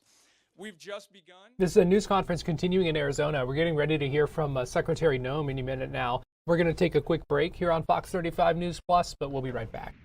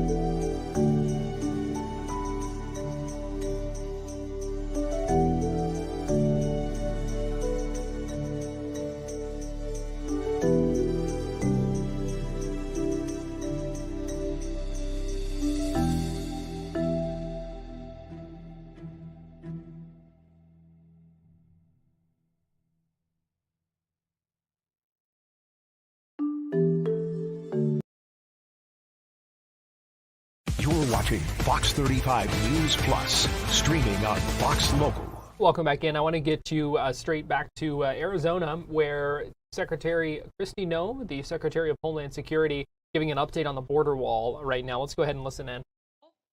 President Trump also wanted painted black so that it would endure for a long period of time, that it would look like the strength and stamina that the American people have, and that it would be something that would continue to protect us for generations to come. But I also wanted to come here today and thank all of you. I'm looking out in this group of individuals, and I see a group of patriots, people who stepped up during difficult times and led us through challenges, but also are still here today making sure that we continue down the path of what we committed to the American people. I want to thank all the individuals I see from CBP, from ICE, the Coast Guard. I see our law enforcement partners, the Department of War, National Guard, all of our local sheriffs and law enforcement that have partnered with us, and then those individuals who kept the faith, that came alongside of us and encouraged our law enforcement, stood beside them and supported them and their families. We know that no one can do their job with excellence unless their family's okay and they're taken care of and that things are right at home. And so those individuals in this community that supported our law enforcement through those times are incredibly important, and we're grateful for them. The high degree of talent and experience that we have here today is a testament to not just President Trump's commitment, but also to the people that have secured the border and have also worked every single day to make sure that America is safe again. In President Trump's first year back in office, we've delivered the most secure border in American history. And we did it with the immediate aftermath we were facing from that humanitarian crisis that was created from Joe Biden's open border policies. It is so quiet here now today that sometimes we even forget how bad it was just a little over a year ago. And the importance of the accomplishment that has happened over this last year cannot be forgotten. Hardworking Americans all along this southern border were devastated. They were trying to do their jobs, educate their kids, and protect the future when they were handed this humanitarian crisis and saw the horrors of what was happening when millions of people were crossing our border unvetted, when they were trespassing onto private property. We had crimes being committed. We saw women and children being trafficked, people dying, and crimes continued to be perpetuated as people were allowed to come into the country unvetted and unstopped. You know, yesterday I was in Eagle Pass, Texas, and I had the chance to tour the border, not just with our Border Patrol agents, but also with the Texas National Guard and the Texas Department of Public Safety. And we looked at some of the areas that were the hardest hit during the Biden border policies. In September of 2023, Eagle Pass saw an unprecedented crisis face them. In fact, they had to declare a state of emergency due to the rush of illegal aliens that were coming into their town and through their community to get into the United States. On one day, they saw over 10,000 people come through that area to get into the United States unvetted and illegally. In just a couple of days, it doubled the population of their town. And it caused a crisis not just for their medical care facilities, their businesses, and their families, but it absolutely crushed them and their economy. And their crime was rampant and overrun. And just last week, or a week or so ago, I got to spend some time in Brownsville, Texas, spent some time with farmers and ranchers. And we talked about what their lives were like just a little over a year and a half ago. How they saw trespassers come onto their property, cut their fences. Their livestock were loose, and sometimes they incurred death there as well. They had crimes, people breaking into their homes and their facilities. They were finding dead bodies on their ranches. In fact, we saw unprecedented death from those illegal migrants that were coming into our country because of the heat exhaustion, and they also were forced into water, and people were drowning because of the crush and the push to take advantage of those open border policies. Those ranchers were talking about how different it was for them now. The fact that their ranches are safe again, that they don't have drug cartels running drugs across their property and down their roads and endangering their children and their schools. Many of the schools in many of these communities had to put up barriers and protections and boulders and rocks just between the roads and their schools to keep their children safe, so they could go in and out and get their education in a way that would protect their lives. When things like this happen, people are not just challenged with the crime, but they're challenged with the fact that their economy is hurt, their businesses are hurt, and also that these illegal migrants were being victimized each and every day. At worst, illegal aliens threatened the lives of American citizens with crime and violence and drugs. But they brought with them a recognition that the rule of law didn't matter in America anymore, that laws weren't going to be enforced. And it sent a message around the world that people could just come to America and no one was going to do anything about letting those dangerous individuals come in with terrorists, suspected terrorists and criminals that were allowed to come in with those illegal migrants. And while the left tries to tell us many times that it's somehow compassionate to allow that kind of chaos, it isn't. It was dangerous, not just on this side of the border, but on the Mexican side of the border as well. We saw many of those illegal migrants not be able to survive the brutal terrain. They didn't survive the river crossing. Those causes of death, of heat and water, were dangerous, and the left behind so many bodies that in some counties along the border, they had to install migrant morgues just to pick up the dead bodies that were passing away on their way to try to get into the United States. In fact, during the Biden administration and those open border policies, we saw even the UN declare that the United States and Mexico border was the deadliest land route in the world. Countless people were sexually abused and trafficked over and over again and exploited. One story that I remember that impacted me so dramatically was a horrifying story of a father who paid a smuggler $1,000 to bring his wife and his 2-year-old daughter into the United States. Once they got over the border, those smugglers took that mom and daughter into a stash house and kidnapped them and held them hostage for a ransom and said that father would not get them back unless he paid another $23,000 to them, and said if he did not immediately pay, that they would do things to his daughter that he couldn't even imagine. That was happening on a daily basis because of that invasion. Over those 4 years of chaos and destruction and death, many of the left said that it was compassionate. They said it was compassionate to let millions of people come in unvetted and be subjected to murderers and smugglers and cartels and gang members. Was it compassionate to make Americans share their communities with criminals? Was it compassionate to encourage men and women and children to break the law and to put their lives at risk, knowing that they could be victimized along the way? And was it compassionate to demonize those federal law enforcement officers that took an oath to uphold the law and to keep Americans safe? You know, the left and Democrats dare to harass, threaten, and dox our officers, assault the men and women of the Department of Homeland Security and our federal law enforcement. And they try to say that enforcing our immigration laws and arresting and deporting illegal criminals and violent criminals is inhumane. Well, what about the victims of that illegal crimes? What about the flow of drugs that were coming over our border and killing our next generation of Americans? What about the Angel families who lost someone that they dearly love, that they'll never have back again and don't have a future with? They don't talk about the Laken Rileys, the Jocelyn Nungrys. They don't talk about the Rachel Morans. And they don't talk about the thousands of Americans that we've lost to drug overdoses and to poisonings. In fact, the flow over this border of illegal fentanyl has been cut in half since President Trump has been in office. And since he has secured this border and built this wall, 56% of the fentanyl has stopped coming into our country and saved millions of lives. The Democrats and the left say that compassion was that invasion, was that humanitarian crisis. But President Trump says that compassion is taking care of people. Joe Biden and his policies during those 4 years lost 450,000 children. Many times they placed them with sponsors that abused them, that trafficked them. The government paid people to take our children and to traffic them. Since President Trump's been in office, we've located 145,000 children that were lost, and we're not going to stop till we find every single one. Because of President Trump's leadership and his bold action, this country keeps breaking historic records. In fact, we have the lowest crime rate in this nation right now because of President Trump and his strength and securing our border that we've ever had in the history of this nation since we've been tracking crimes. The lowest murder rate that we've ever recorded in this country. And that's because we enforce the law and we hold criminals accountable for what they do to perpetuate violence against the American people. In fact, for the last 9 months, the Border Patrol has released 0 illegal aliens into the interior of the country. It's incredible, the work that they do every day.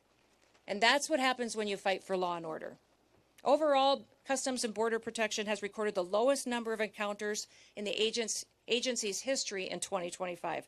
Daily encounters have fallen by 95% over the last year.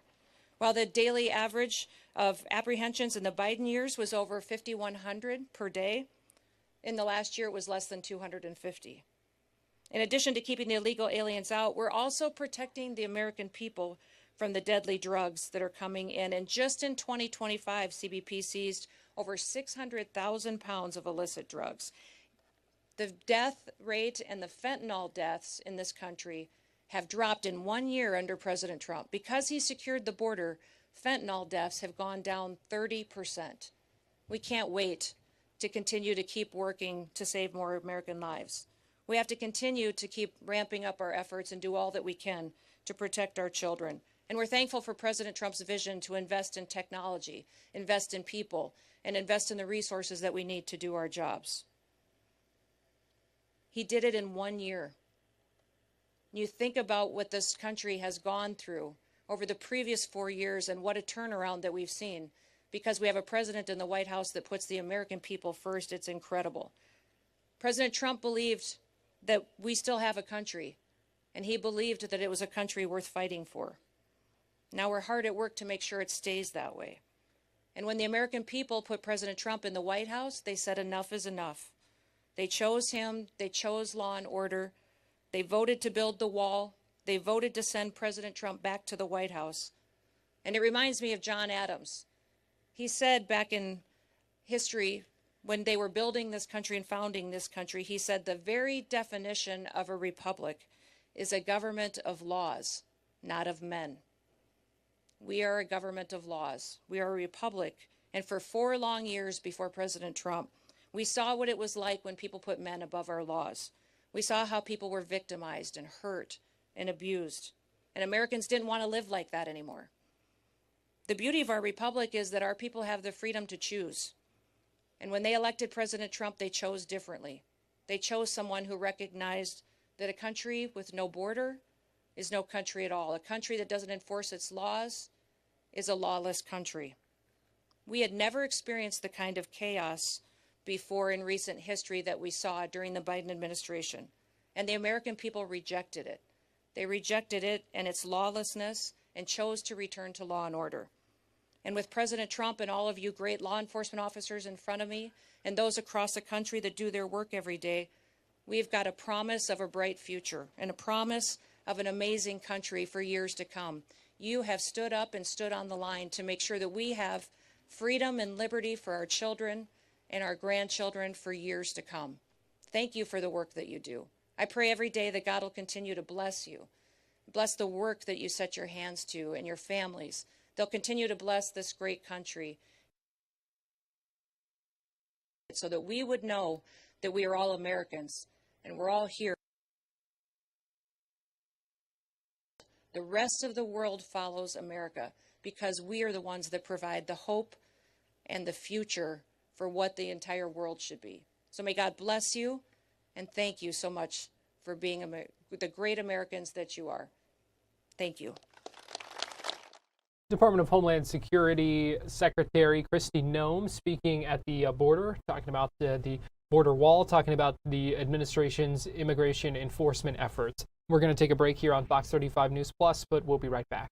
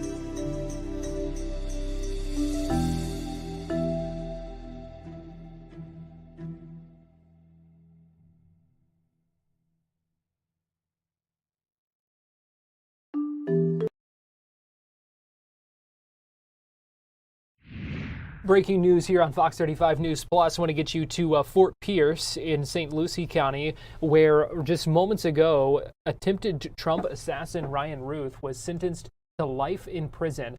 We are now hearing from his defense attorney who represented him in court today, who said he does not want to criticize the judge, saying he thinks Ryan is a remarkable person. Let's go ahead and listen in as this attorney speaks outside the courthouse after Ryan Routh was sentenced to life in prison. Trained Afghan commandos to go in and help defend that country against a potential Chinese invasion. There are letters in the court, and there are stories about all the kind things that Ryan did. The court was focused on the offenses of conviction. So I understand that. I think we have a great federal judiciary in this country. I think the judge may have mistakenly applied the federal crime of terrorism enhancement, and that will be probably the leading issue on appeal. I will be filing a notice of appeal in this case. Thank you. What about that supervised release? What does that mean for? Excuse me? Will you be appealing? Yes. What does supervised release mean when the judge was referencing that? When might that kick in, or under what circumstances might that be applicable? That is a required pronouncement by the judge, but generally, if you serve life in prison, that's life. There's no parole in the federal system. So he would never actually have an opportunity to serve a period of supervised release. How is his family taking things? I saw the sister in court today with Mr. Routh. His sister is a very intelligent, professional person. I think she expected to have a very difficult outcome today, and she took it very well. The judge seemed, safe to say, exasperated when your client was trying to read through his remarks. I think for her, it seemed, by her own remarks, to echo a little bit of the disjointed nature of his own case presentation. Why did you, what are your thoughts about that moment and allowing your client to take that moment to speak in the remarks? Well, you can imagine you find yourself in this position as a lay person with no legal training, having gone through a trial where you were convicted, acting as your own lawyer, and doing a lot of things wrong, not following procedure because you don't know them, not knowing how to introduce exhibits into evidence, not knowing the proper way to cross-examine people or undermine their credibility, and being constantly, criticized and corrected for his inadequacies as a lawyer. So my thought is he has consequences to pay, and this was his day to say everything and get it off his chest. I didn't want to put any limitations on him. He said something about wanting to be in an assisted suicide situation. How do you think he's going to do as well as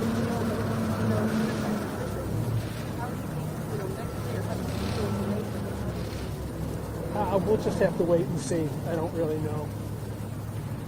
No remorse, no regret. The government said it. The judge, I don't know that the judge referenced it when he was giving the sentence, but has there ever been a moment of remorse or regret? I think I addressed that in court as much as I did.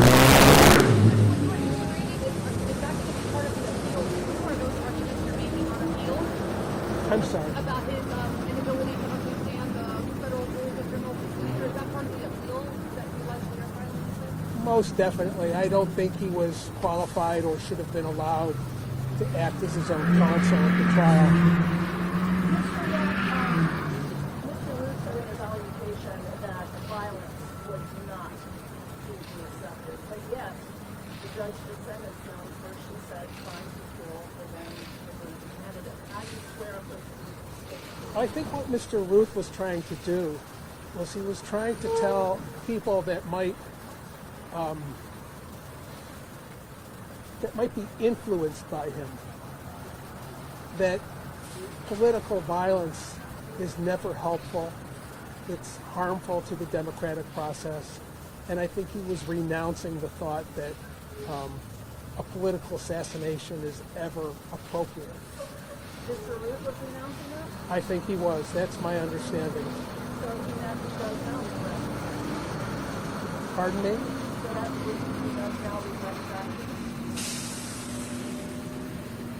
He hopes that his actions do not influence other people or motivate other people to involve themselves in a political act of violence. Thank you, folks. Thank you very much.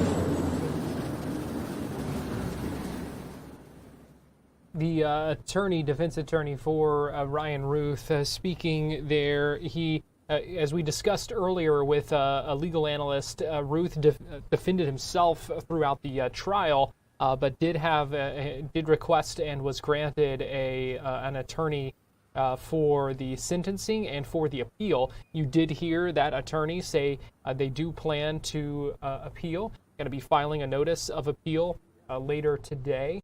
We are still keeping an eye out outside the courthouse in Fort Pierce in St. Lucie County, just to see if anyone else speaks. We did hear from law enforcement a few minutes ago before the attorneys ended up, before the defense attorney ended up speaking. We could still hear from prosecutors here, so we are keeping an eye on this. But the big breaking news out of St. Lucie County just moments ago, that Ryan Routh sentenced to life in prison after being convicted of attempted assassination of Donald Trump at his golf course in South Florida. This is something that has been a long road to get here.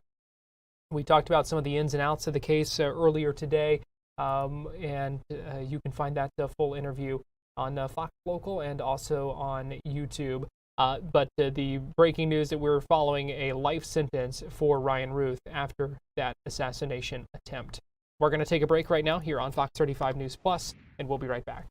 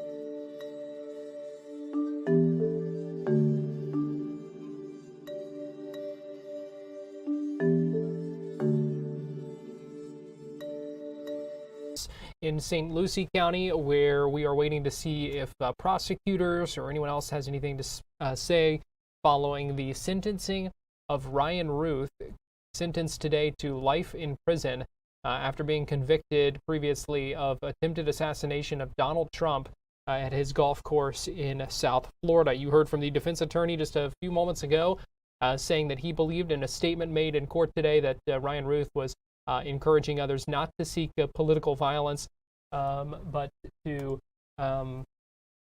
that he does not want to inspire others, does not want others to model their actions after him. So we're keeping an eye on that situation. We'll keep monitoring to see if anyone else speaks. And if they do, we will get you right back there in just a few moments. But right now I want to take you to Tallahassee, where earlier today Florida lawmakers, activists, and some faith leaders as well called out what they called direct attacks on democracy from the state of Florida when it comes to mid-decade redistricting efforts.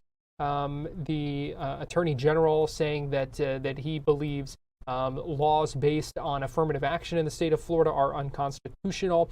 They spoke today at a news conference. This is a group called Equal Ground that is focused on issues for the African American community. They held a news conference earlier today. We heard from several local lawmakers, including State Senator LaVon Bracy Davis, State Representative Rashawn Young, both Democrats from our area, who spoke at this news conference and outlined some of their concerns and some of the things that they are wanting to see, some of the things they're advocating for, including the advancement of the Florida Voting Rights Act. This is at the news conference earlier today. We didn't gather here for comfort. We didn't gather here for convenience. We gathered here because democracy is under pressure. And we know that pressure makes diamonds. Pressure changed Montgomery when ordinary people refused to ride buses that disrespected their dignity. Pressure changed lunch counters. Am I talking right? Yes. Pressure changed courtrooms. Pressure forced the halls of Congress to finally listen. Because pressure doesn't break movements, pressure builds them. Yes. History reminds us, before Selma, before Montgomery, before the March on Washington, there were two Florida educators named Harry T. and Harriet B. Moore. They organized black voters. They challenged segregation. They believed the ballot was sacred. And for that belief, their home was bombed on Christmas Day in 1951. Any historians in the house? Any educators in the house? Am I telling the story? They became the first martyrs of the civil rights movement.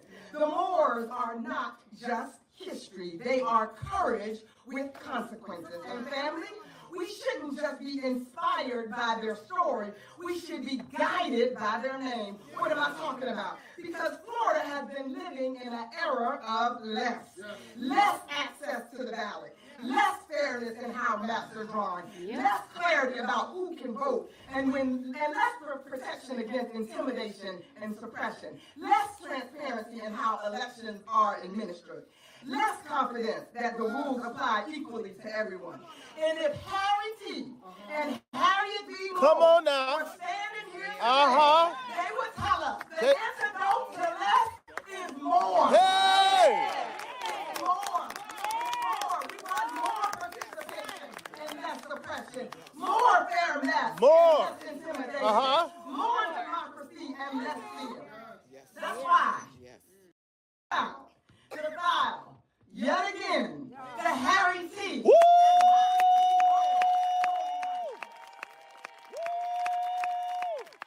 That's it. This bill confronts voter suppression. It stops vote dilution. It creates an independent, nonpartisan voting rights commission. It brings real transparency and real data. It establishes same-day voter registration. It expands language access. More! And it protects returning citizens from being punished for trying to do the right thing. Yes. Family, this is not radical. This is responsible. This is what democracy looks like. And I don't care that Tallahassee isn't ready to pass it. The people must be ready to push it. As they sow, we organize. As they block, we mobilize. As they deny, we demand. Because power concedes nothing without a demand. So today, we demand more. Say it with me. We demand more. We demand more. More from lawmakers, more from institutions,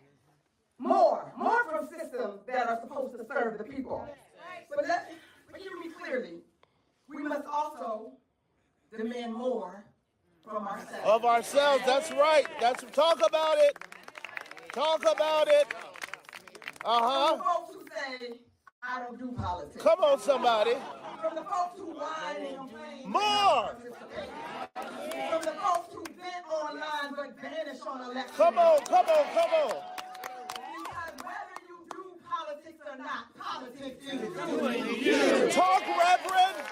Democracy is not a spectator sport. Talk, Senator. This is not the season for silence. Yes. This is not the time for hesitation. This is not the moment for less. This is the moment for more.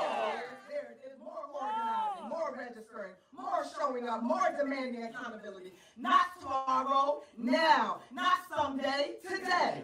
Because we don't just remember the wars, we moved like them. So if you believe in fair elections, if you believe in full access, if you believe in democracy, and you believe that it belongs to the people, then continue to stand with us. Continue to fight with us. And let them hear us all the way to the Capitol, in both chambers, in every committee room, and in every office. We demand more. Hey! We demand it now. Woo! We demand more. We demand more. We demand more. We demand more. We demand more. We demand more. We demand more. We demand more. Woo!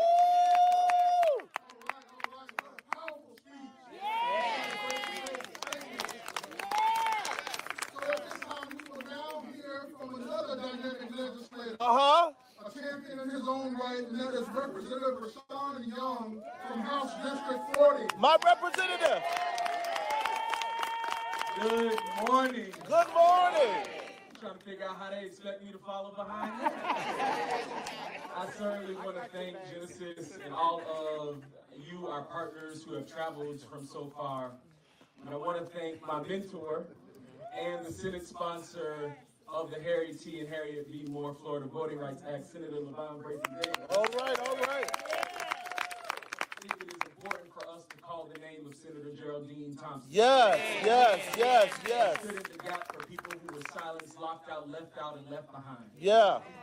But as the senator was speaking, I kept thinking about Harriet T. and Harriet B. Moore. There's a poem that was written by Langston Hughes for the Freedom Fund called The Ballad of Harry Moore. There's a group that added music to it under the name of Sweet Honey in the Rock. Sweet Honey in the Rock repeated a sweet refrain time and time again in the song that said, freedom never dies. Because their story reminds us, the Moore's story, the story of the life that they lived and the legacy that they have left us, reminds us that this generation has to remember something that it cannot afford to forget. Courage is not measured by how long you live. It is measured by how fearlessly you live it in the service of somebody else. Because in 2026, our fight for freedom might look different. It might sound different. It might move through different rooms and different spaces and different hashtags and different headlines. But make no mistake, we are still fighting for freedom. Yeah. Today, that fight shows up in everyday people doing extraordinary things, and the teachers who are working tirelessly to dismantle and teach history that is true history. Because we've got politicians who want to drag this state backwards. Yeah. We've got people in high places who are trying to redact our history from the history books. They want to dismantle and roll back civil rights protections that were won with tears and blood and prayers and persistence. They want to make it harder to vote. They want to make it harder to teach honest history. They want to make it harder to live with dignity. Talk rap. There are some forces that are dressed up in new suits. Yes, yes, You better say it. change their capes and their cloaks and their hoods to a tie and a same intentions hidden behind new rhetoric, the same spirit of fresh coat of paint. But let me say this plainly to all those who try to erase us: you don't get to unwrite our humanity. Come, talk, You son. don't get to veto our dignity. You don't get to erase our rights because you're uncomfortable with our progress. Because we still believe what the Moors taught us. and freedom never dies. So what does freedom look like today, you might ask? Freedom looks like resilience in the face of injustice. Freedom looks like courage when the world tells you to sit down. Freedom lives in actions, not rhetoric. It lives in our courage, not just our history books. Freedom is not something we inherited, it's something we renew every generation. So we keep marching and we keep speaking and we keep fighting because freedom never dies. It is strange that, as Genesis said, that we are in a movie theater, living in a world where it seems like somebody is writing a script just to see how much we can get people on the edge of their seats. We are watching people be separated from their families, children crying at borders, parents detained, immigrants treated as enemies rather than neighbors, human beings reduced to talking points, our community leaders and neighbors sitting in alligator Alcatraz and deportation, people yelling, libertad, freedom never dies. I am appalled by the hypocrisy of this nation. That throws fireworks in the sky every July to celebrate independence while denying dignity to those who are simply seeking safety. A nation built for immigrants, by immigrants, hostile toward immigrants. A nation that pushed the original inhabitants of this land onto reservations, yet speaks of borders as if it is sacred. A nation that in mass stole and kidnapped and trafficked people of color. Talk, sir. Of Africa, forced them to build wealth they would never inherit, laws. Tell the story. Institutions they could never access, freedom. Tell the story. But never permitted to enjoy, and then has the audacity. Audacity. Those who are fleeing war, famine, and violence. People who are not asking for charity but for a chance. People who are not asking for a handout but humanity. People who want to buy into the American dream only to discover that for far too many that dream has become a nightmare. The hypocrisy of this nation. Because they invited both the preacher and the politician, I can't leave you in despair. I have to leave you in hope. I read in my Bible where the scripture tells me that weeping may endure. Come on, sir. Joy. And if we do the work, we stand together, if we never forget that freedom never dies, I believe that we will look at each other in this room and just wave and say good morning. We have to remember, because the Moors were educators, because the Moors taught us the fundamentals of the movement, because the Moors still call us right now to take action in this moment.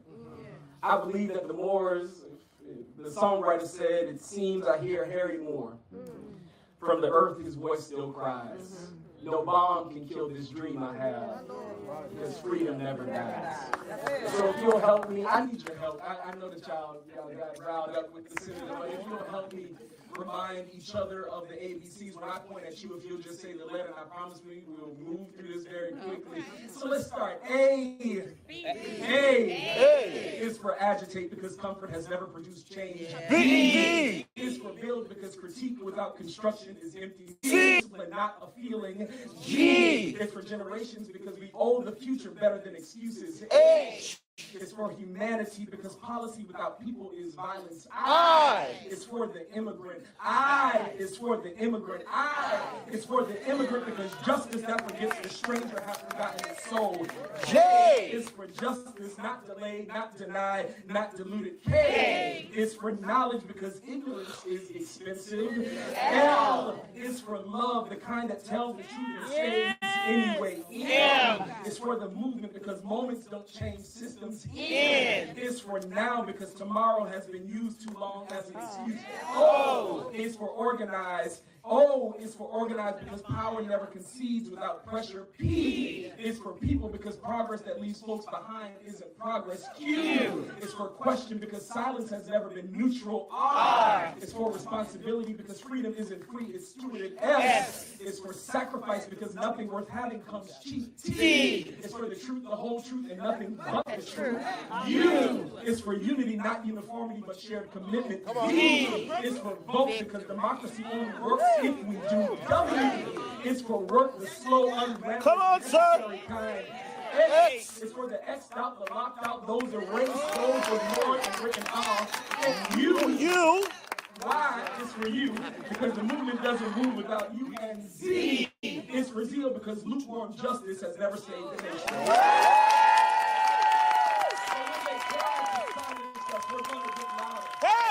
And in spite of greatness, we're going to stand tall. Because the Lord already told us the truth. Freedom never dies, and neither do we. Thank you, God. Was at a news conference earlier today. Representative Rashawn Young speaking there, along with LaVon Bracey Davis, a state senator. We're going to take a break here on Fox 35 News Plus, but we'll be right back.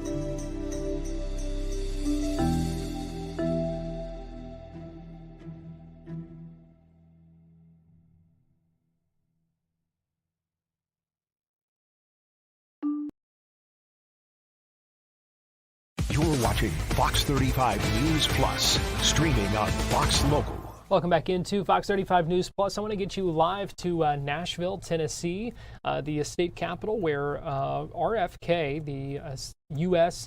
Health and Human Services Secretary, Robert F. Kennedy Jr., is speaking at an event there, taking some questions right now as well. It looks like our feed may be freezing up a little bit, but he is taking questions on the Make America Healthy Again initiatives. And has been asked a number of questions so far. Would like to listen in live. Let's see if our feed here clears up at all. And if it does, we will go ahead and listen in.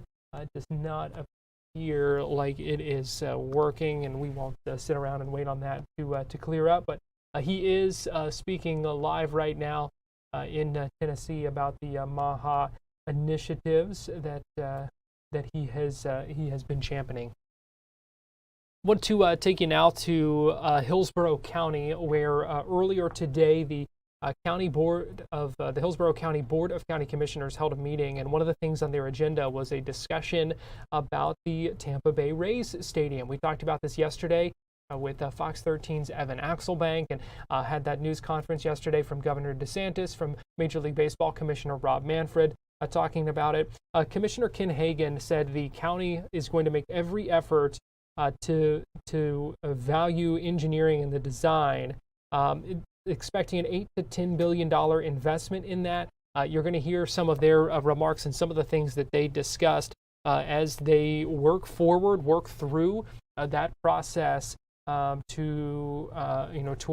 getting a financing deal and all the steps that need to be in place for a Rays stadium. We know from the Rays side, the Major League Baseball side, the Governor DeSantis, the state, have thrown their support behind the Rays plan, wanting that new stadium to be built on the Hillsborough Community College campus off Dale Mabry Highway, right there by Raymond James Stadium. So here's a little bit of that discussion from the Board of County Commissioners meeting earlier today. I wanted to provide an update on our current discussions with the team on their goals and plans for their forever home. After my comments, I'm going to ask Bonnie to make a few remarks, and then I'm going to place a motion on the floor. In an effort to be as transparent as practical, I thought it'd be helpful to enumerate the update for board members to have in advance rather than to simply verbally update the board.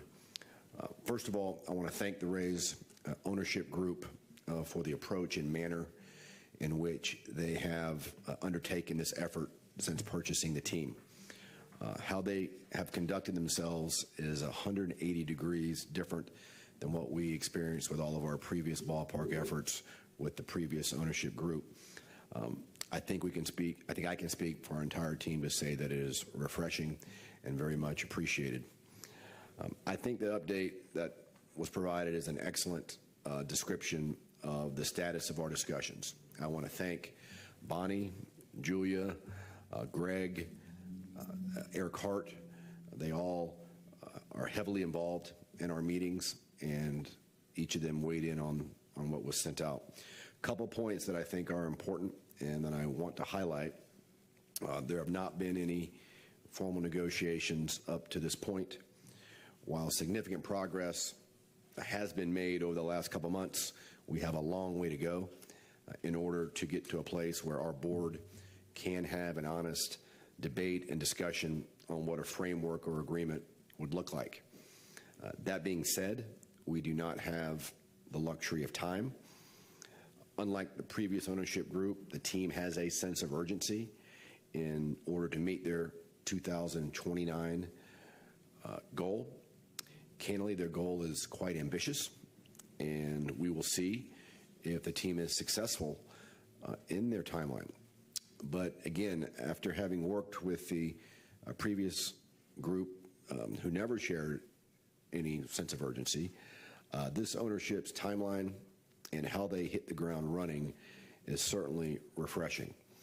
The document suggests an update will be provided to the board within 90 days. I anticipate a vote and discussion even sooner.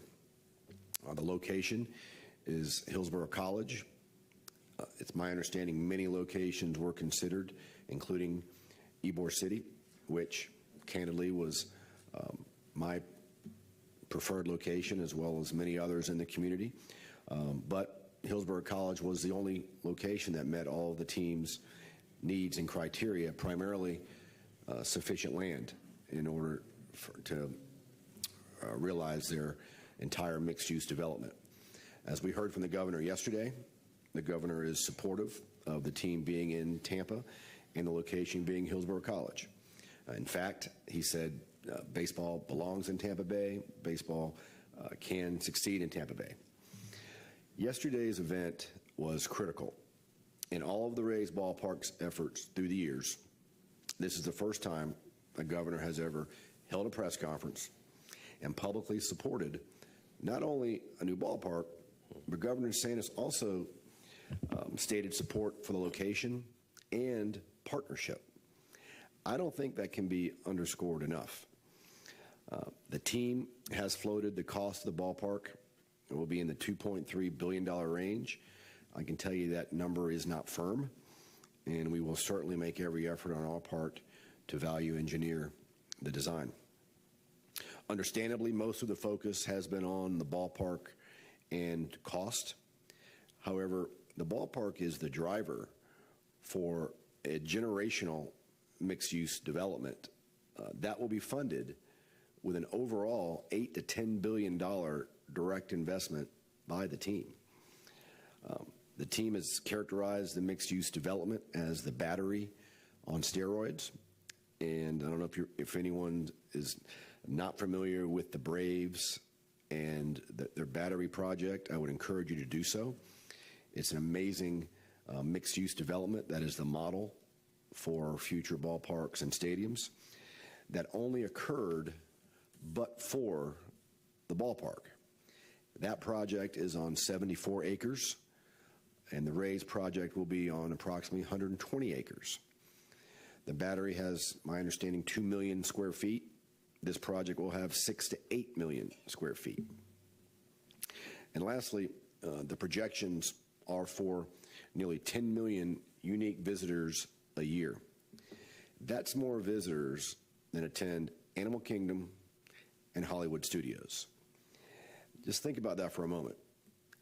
I really believe that puts the depth, impact, and perspective of this project. As we have with our previous efforts, we are not taking the team's word on the economics and impact of the ballpark and ancillary development. We are independently verifying their projections by having AECOM perform an economic study similar to our previous ballpark efforts. I'm not going to go into detail, but the study includes a fiscal impact analysis, market demand for a ballpark, market demand for ancillary development, and key assumptions and market-driven absorption scenarios will be reviewed and studied. Now, where do we go from here? We're waiting on additional information from the team. Once we get that, we will begin to work on a financial framework.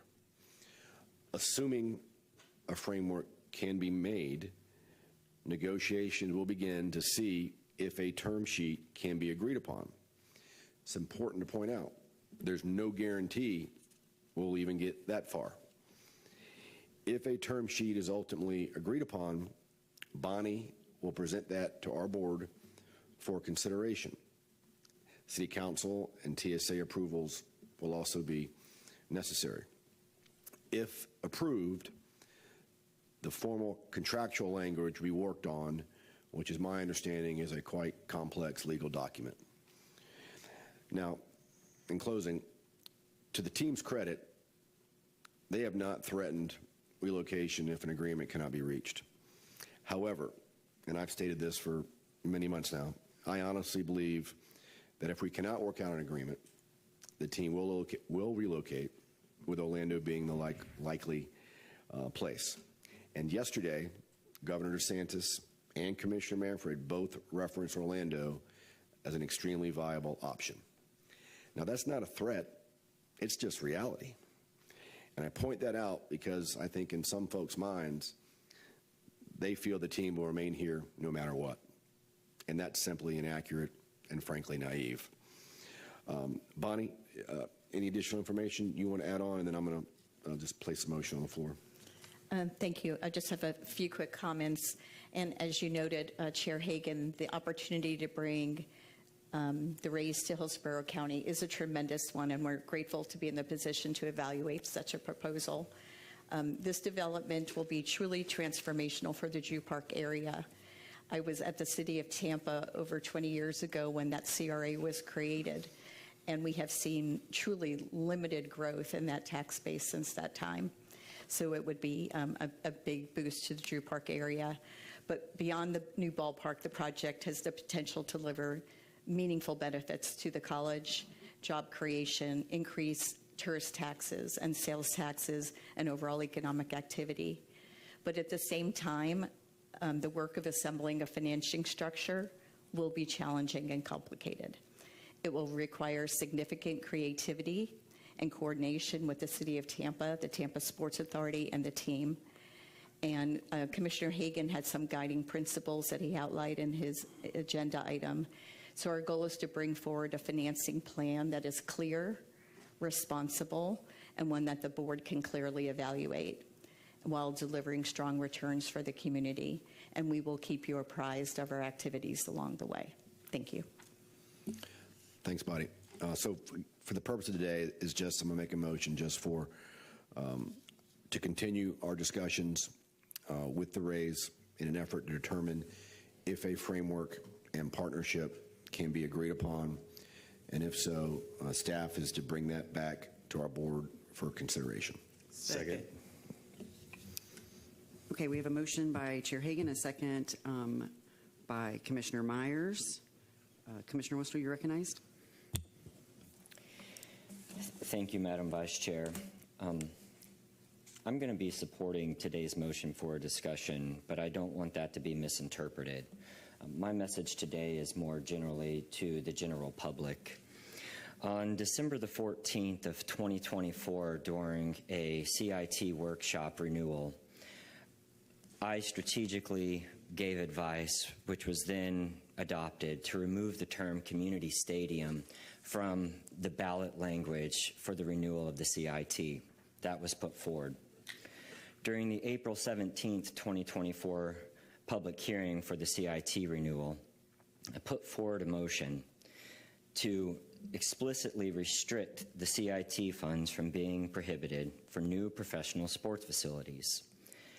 That motion received a surprise second from Commissioner Kemp, who opposed me on absolutely everything, which turned into dialogue and an intervention by the county attorney.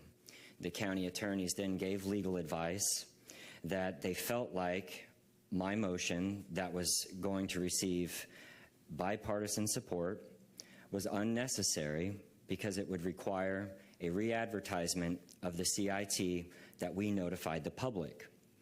At that point, it was said over a half a dozen times by almost every county commissioner at the time, myself, including Commissioner Hagan, Commissioner Cohen, Commissioner Owens, and Commissioner Kemp and Commissioner Cepeda multiple times on the public record that the CIT was not to be used for new professional sports facilities.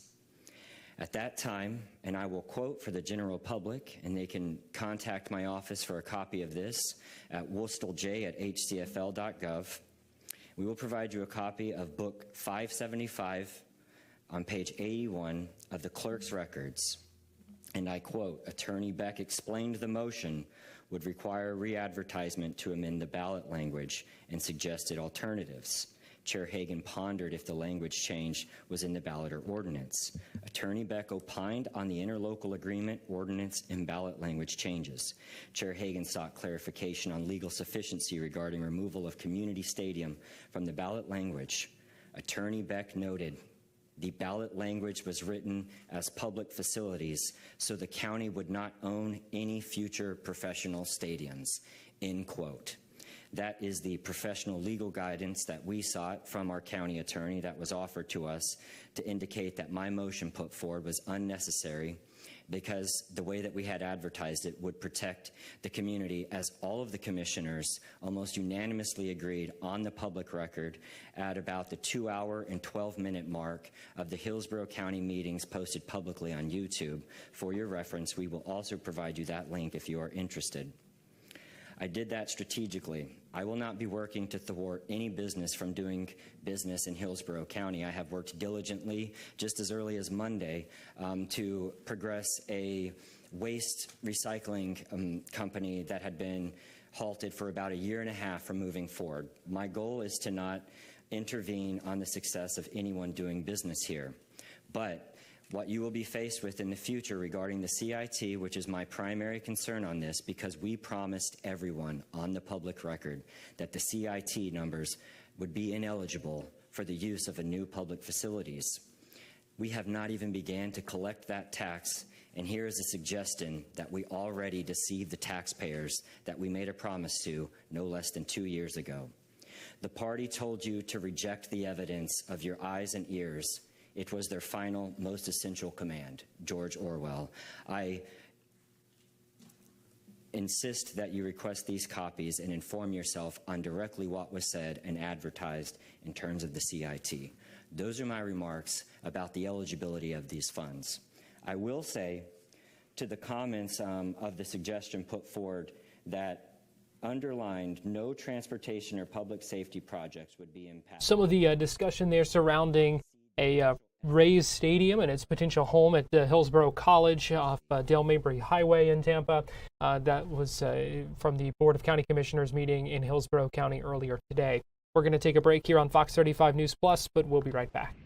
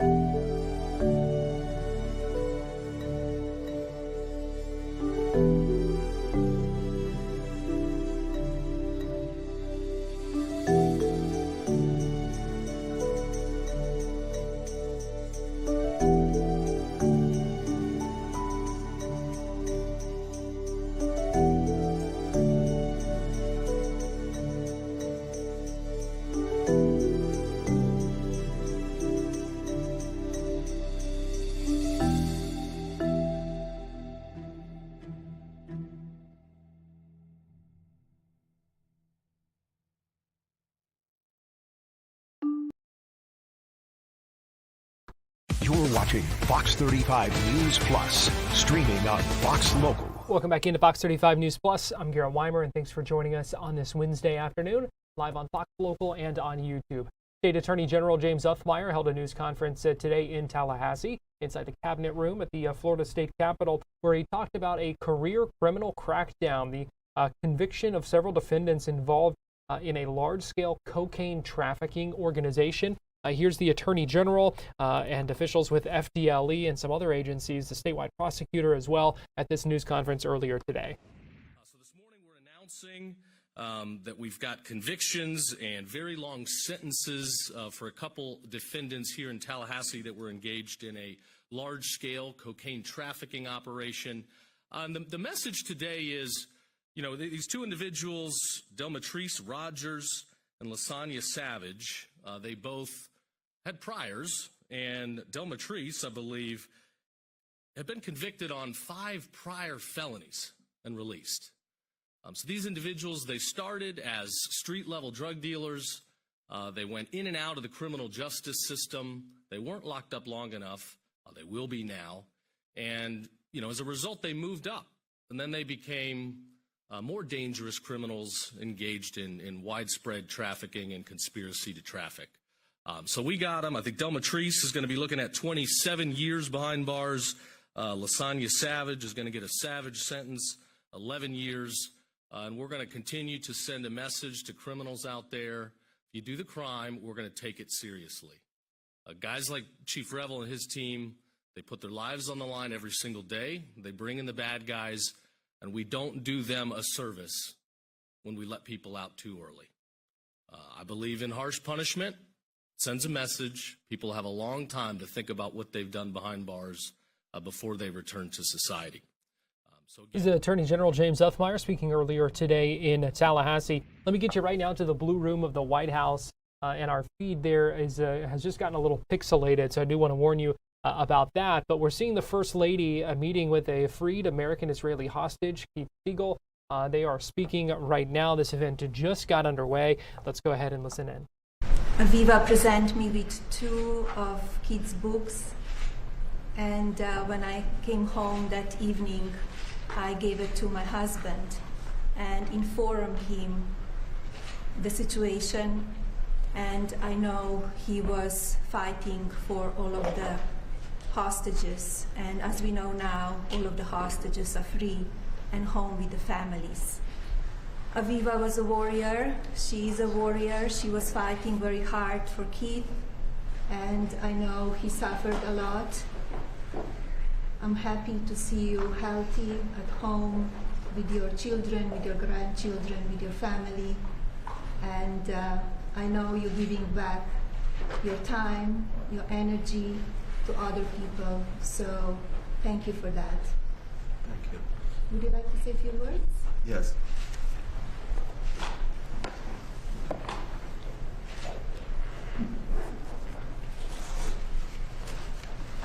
I want to start by saying thank you to the First Lady, Melania Trump, and to President Trump. I want to thank you for being a caring, compassionate person and for supporting and helping Aviva.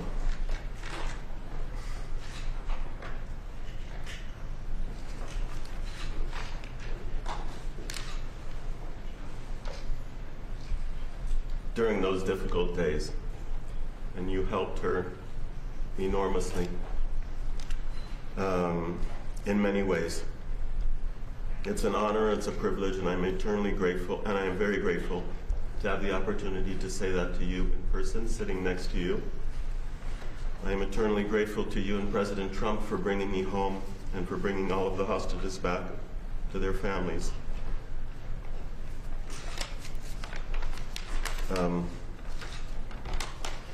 And I just want to mention the extraordinary mobilization in the fight for Aviva and my and all of the hostages' freedom, and how it moved me deeply.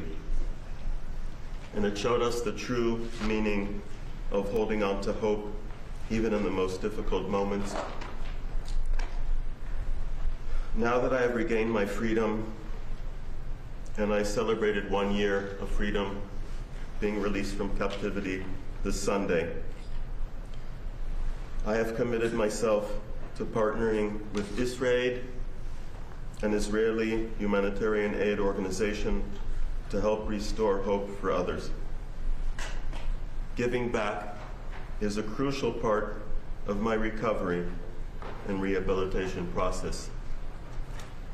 Aviva and I just returned.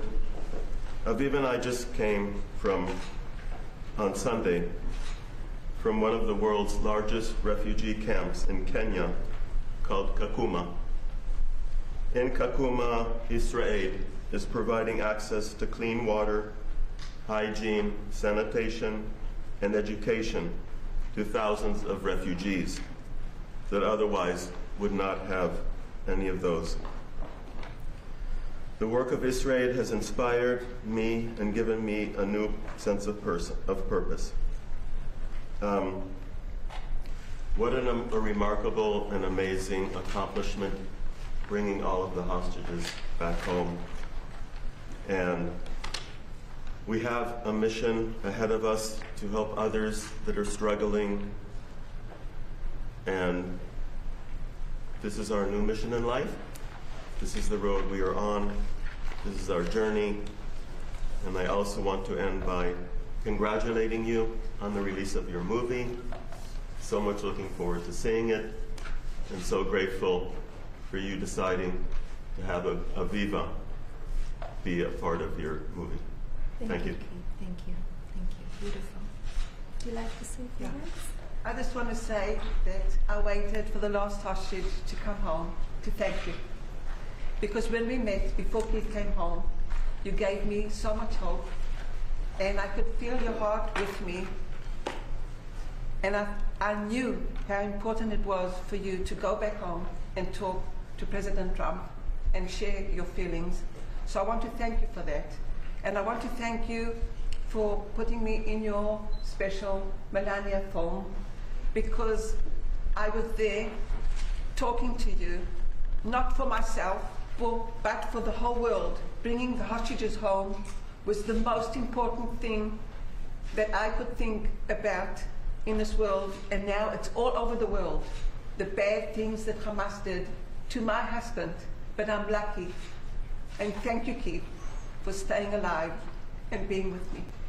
And thank you, Melania, for helping. I really appreciate it. I want to just tell you that I decided to write a book, and it's dedicated to my grandchildren that can't hear the stories, because they are very, very hard stories to hear. And in the book, I wrote thank you to Melania, because you helped to bring Keith home, and you helped to bring the hostages home. So I'm thanking you. And in my book, everybody that will read it will understand what happens to somebody that's 64 years old, kidnapped from a home, and went through so many moments that I thought and was sure that I'm going to die. And I'm alive. And I survived to tell. So thank you very, very much. I'll always remember the meeting with you, and I'll always remember your help. Thank you from the bottom of my heart. Thank you. And good luck with the film. Thank you so much. Thank you, Keith. And we're going to make this world a better world together. In peace. Happy birthday, lady. Sorry? What did you say to the president after your meeting with Mrs. Siegel? I gave him the books, 2 books that Aviva gave me, and I explained the situation where she thought that Keith was, how he was doing. She didn't have much information, but she knew how much he was suffering because she was with him for 50 days. And I explained to him everything, and I know how hard he was working to release all of the hostages. Has President Putin agreed to release any more Ukrainian children? Has President Putin agreed to release any more Ukrainian children? I'm working on it. I'm working on it, and we are in the process, so I hope we have success very soon. I will keep you posted. Why do you feel it is appropriate to use an official White House event to promote your documentary? This is not promotion. We are here celebrating the release of the hostages of Aviva and Keith. They were in Washington, D.C. They called me. They said they would like to come over to thank me and to give hugs, and that's why we are here. It has nothing to do with promotion. Thank you. We are in context. You are in context. We are in context. My representative is in context. There was a call from an ARC survivor to have Ghislaine Maxwell moved to a high security. Thank you, press. Thank you, press. We are here celebrating the release and the life of those two incredible people, so let's honor that. Thank you, everyone. Thank you, Thank you, everyone. Thank you, press. Thank you. Thank you, press. For shared time and captivity. Thank you. Thank you. This event coming to an end, this remarks from the First Lady, from those two freed hostages coming at the end of their meeting at the White House just a little bit ago. We are going to take a break here on Fox 35 News Plus, and we'll be right back.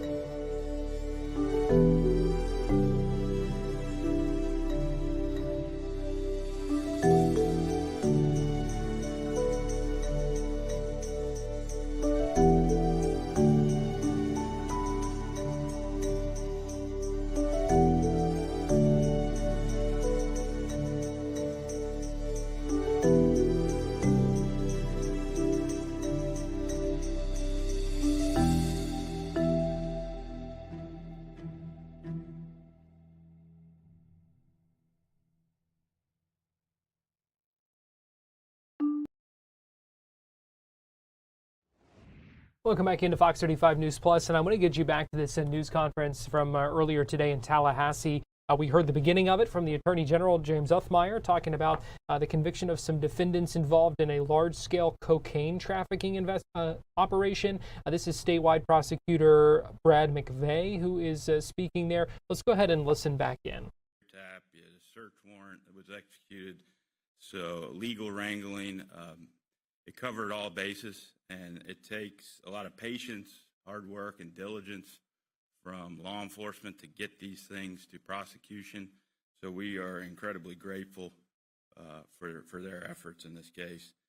Drug trafficking fuels violence, fuels organized crime, it fuels addiction, crushes families.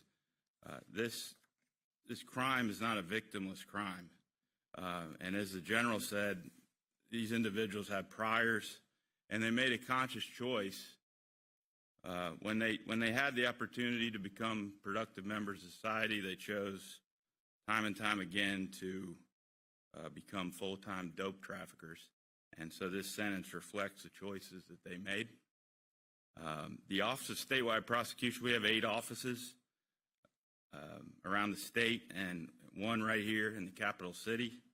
And it is our mission to protect this community and make it safer, and we will continue to do that by going after the most violent and dangerous criminals, drug traffickers, child predators, organized crime.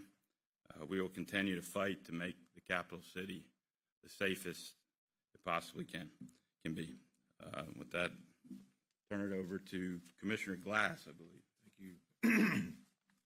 Well, good morning. I'm FDLE Commissioner Mark Glass, and I just want to say thank you to Chief. I appreciate your detectives working diligently on this case with us. And General, thank you for having us being here today to talk about this. You just heard the statewide prosecutor tell you this is not going to be tolerated. This is the free state of Florida. It's a law and order state. This case is multi-year, went back in 2020. We're talking about 42 different people got arrested, or pled out or rolled or sung like a canary to somebody else. And that's how we rolled up the chain to get to these last two to get convicted here. So kind of give you an idea with that is Rogers was found with he was found guilty of conspiracy to traffic cocaine, trafficking 200 to 400 grams of cocaine and 2 counts of selling cocaine. Savage was found guilty of conspiracy to traffic cocaine and maintaining a drug house.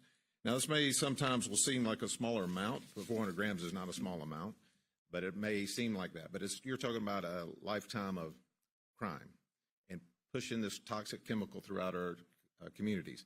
I will tell you with the chief, Sheriff of Gaston County, Sheriff of Leon County, North Florida HIDA, which was a key player in all this, U.S. Marshals, all the different players we had working on this case over a period of time with your Florida special agents made this come to fruition. But that's working hand in hand with your Office of Statewide Prosecution. They are the unsung heroes in this. They have to take it to court and put this, said this the other day in another press conference. They remember us because we put them in jail, but the prosecutors put them in prison. Let that sink in. So our prosecutors are out there on the front lines, maybe not kicking in the doors, but they're there with us. They talk through this whole process with us. We put strong cases together. And just because it started in 2020, so all those who are listening, if you're listening and you've done something even beyond that time, just because it started in 2020 and you sold something to somebody, do not think that they're honest who you sold it to, because they're going to roll faster than they can when they get in trouble. And then that's going to give us tips and leads to come after you. So I suggest you stop the shenanigans you're doing, quit doing what you're thinking you're trying to sell and try to make a quick buck, make an honest buck, and get yourself cleaned up. We have plenty of opportunity in this area here to help you get cleaned up out of that type of lifestyle, but I suggest you stop that. And with that, sir, I'm going to turn it back over to you.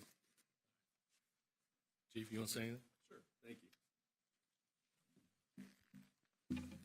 So, good morning. I am Chief Rebel of the Tallahassee Police Department. Thank you, General, and all of my esteemed colleagues for joining us here. Thank you all for being here.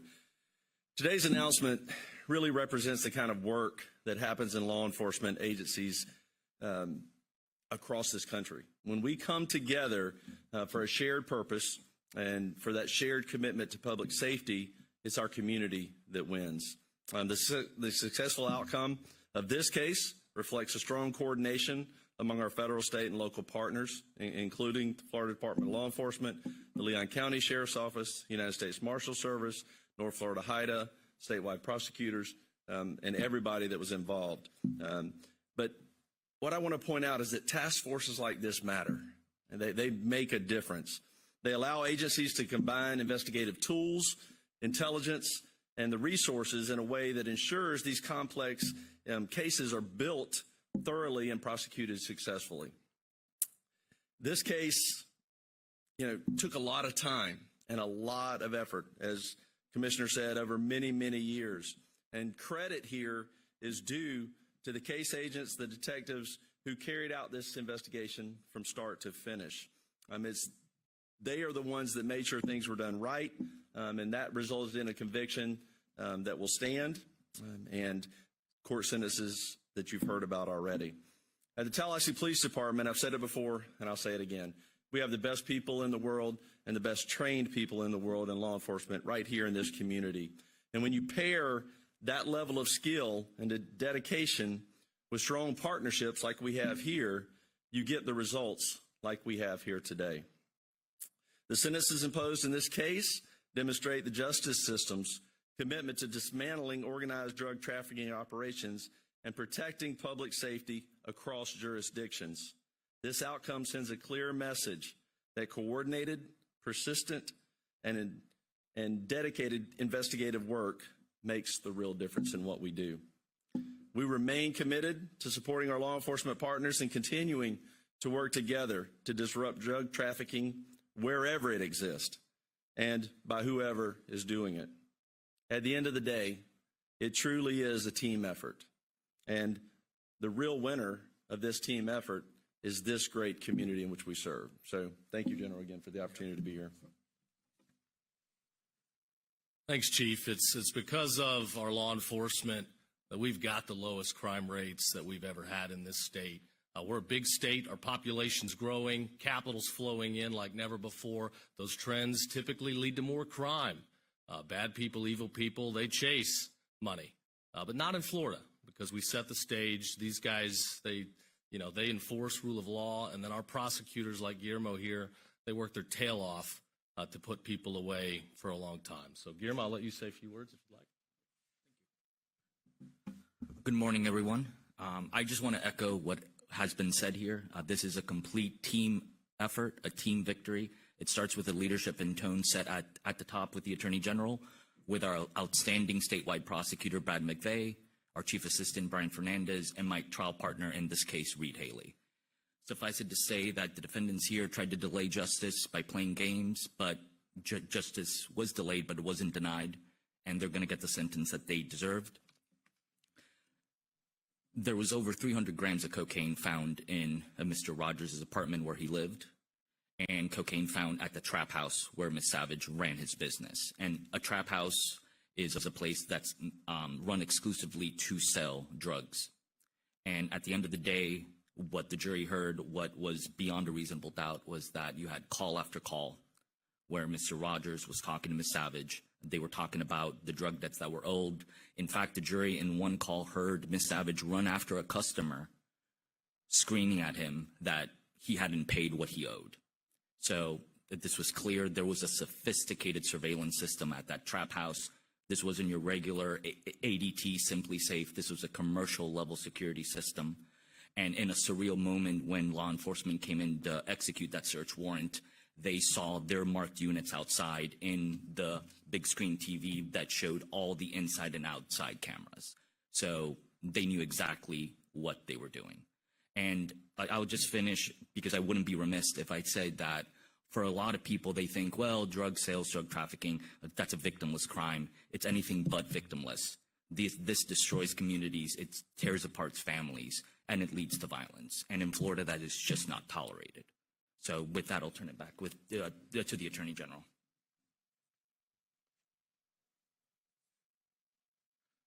I do want to conclude by thanking many members of the legislature for working hard on Missy's Law. For those of you who don't remember, a tragic situation here where an individual was convicted by a jury of child molestation. A judge then abused discretion and, over the objection of the state attorney, released this dangerous guy back into society, and he went and smothered to death, murdered a little girl. It's tragic. This should never happen. Somebody that's a violent offender, somebody that is found guilty by the trier of fact, should never be allowed to walk freely into society. So we're going to tie up this loophole. It shouldn't exist in the first place. It's terrible that we had to have this tragedy occur, but if there's any good to come out of it, it's pushing forward with some good legislation. With that, time for a few questions, if anybody. Attorney General James Uthmeier speaking alongside a number of officials, law enforcement from the state level, talking about a large-scale cocaine trafficking operation. Delmitrice Rogers LaSonia Savage, previously convicted on 5 other felonies, arrested facing charges in connection with that investigation. We are going to take a break here on Fox 35 News Plus. We're nearing that 2 o'clock hour. We're going to take a break here on Fox Local and YouTube, but at the top of the hour, we will be right back with more live streaming news coverage. We're going to welcome in our TV audience for Florida Live, and we've got another hour ahead of us. So we appreciate you joining us. We're going to toss the break here, and we'll be right back with much more in just a couple of minutes.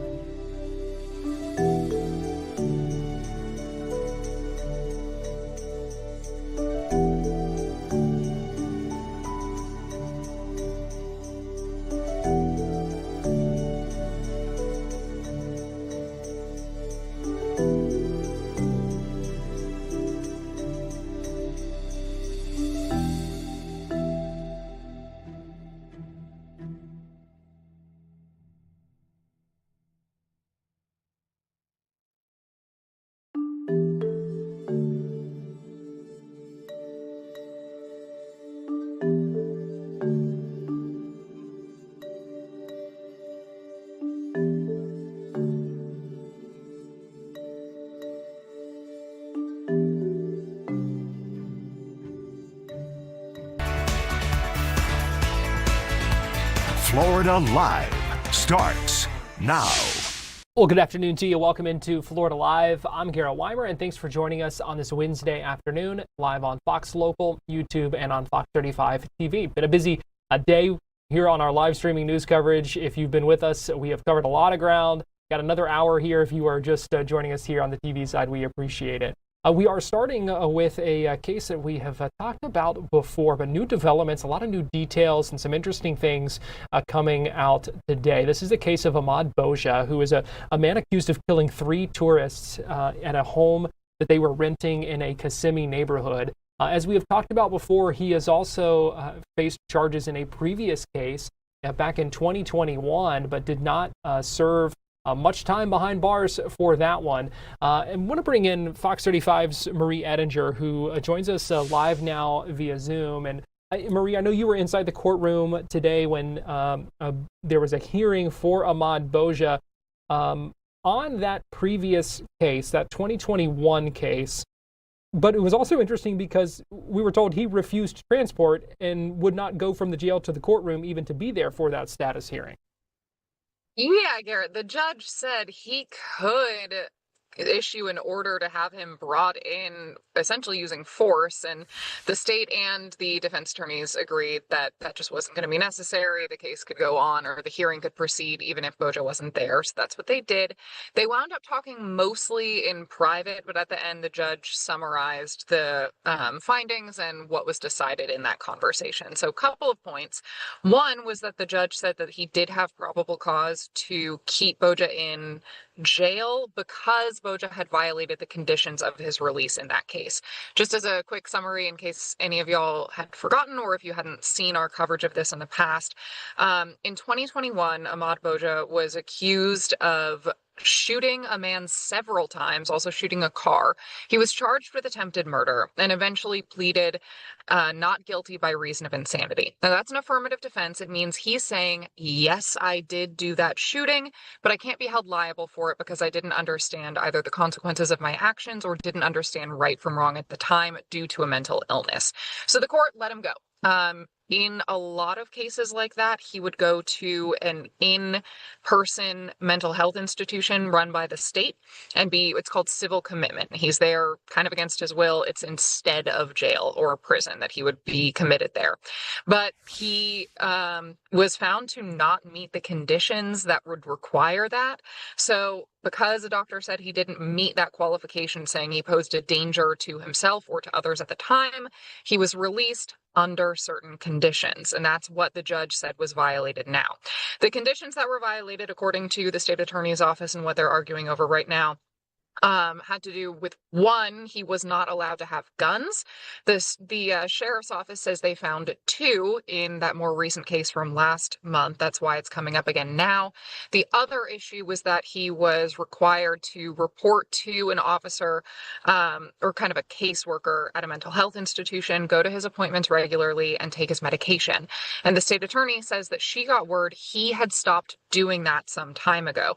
I talked to his former attorney in that 2021 case, and she said she heard about this from over the summer, that he decided to stop taking his meds because they got too expensive. So he just stopped. And so all of that violates the conditions of his release. And so the judge today said because of that, he would have to go back to jail. That was point 1 decided today.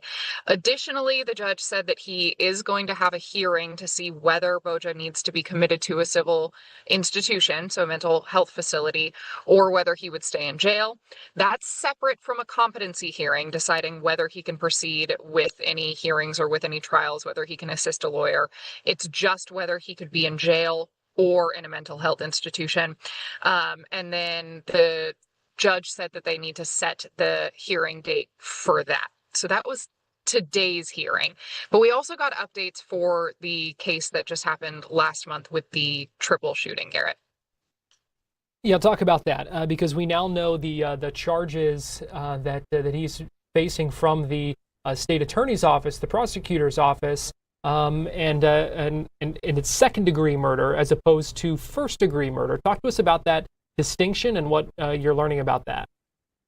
Sure. So when Boja was brought in for this triple murder, accused of killing 3 tourists who were staying in a rental property next door to his parents' home in Kissimmee, where he was staying, the people bringing him in and the state attorney's office at the time said that he would be charged with first-degree murder. That was what was read out by the judge at his first appearance. The sheriff, Christopher Blackman, did a press conference saying this was premeditated. This was first-degree murder. That's the distinction between first and second degree, whether it was premeditated, a planned killing, or whether it was something done out of impulse. Both of them can be done with malice. It's really just about whether you'd planned it out. There is video of Boja looking at the 3 victims ahead of time, kind of staying behind his house and seemingly spying on them. The sheriff's office has said that makes them feel that this is premeditated. And so it was a little bit of a shock to see the second-degree murder charges filed yesterday, as opposed to that first-degree murder charge. We reached out to the state attorney's office about that. They said that it could change back to first-degree murder in the end. He's not officially indicted yet. This is just the information filed to proceed with the case. They said a grand jury has to be the ones to decide whether a first-degree murder charge would proceed. The difference with first-degree murder is, of course, in the ultimate decision, the sentencing after a conviction is sealed. It's only for first-degree murder that prosecutors can pursue a death penalty case. The state attorney has said that she is morally against the death penalty. She has moved forward with that case or with those charges before, though, in other cases where she said the law pointed that was what she would need to do. So she still said in the past she'll follow the law if that's what the grand jury decides, that this should be a first-degree murder case, then that's what she'll do. But right now, his charges are second degree in the court system. All right, so much more to come with that as that process moves forward. Fox 35's Marie Ettinger, we appreciate you joining us here on Florida Live this afternoon. Of course, Garrett. Let me give you a live look right now in Fort Pierce at the federal courthouse there in St. Lucie County, where just a little bit ago, Ryan Routh was sentenced to life in prison. He was convicted of an assassination attempt on the life of Donald Trump at his South Florida golf course. There is a previous booking photo from the Palm Beach County Sheriff's Office showing Ryan Routh. It has been a long legal battle. At one point, he represented himself during that trial. Here's some body camera video showing his arrest after that assassination attempt. But again, he has now been sentenced to life in prison. We talked about this case earlier with an attorney on Fox 35 News Plus. If you'd like to watch that full interview, you can find it on Fox Local and on YouTube right now. And then just a little bit ago, outside the federal courthouse there in St. Lucie County, we heard from an attorney for Ryan Routh, who's representing him during the sentencing today and in the appeals moving forward. We also heard from some law enforcement, including those with the Martin County Sheriff's Office, reacting to the sentence. I'm the sheriff of the Martin County Sheriff's Office, and the Martin County Sheriff's Office is the agency that took Mr. Routh into custody as he moved up I-95 immediately after being engaged by the Secret Service agent.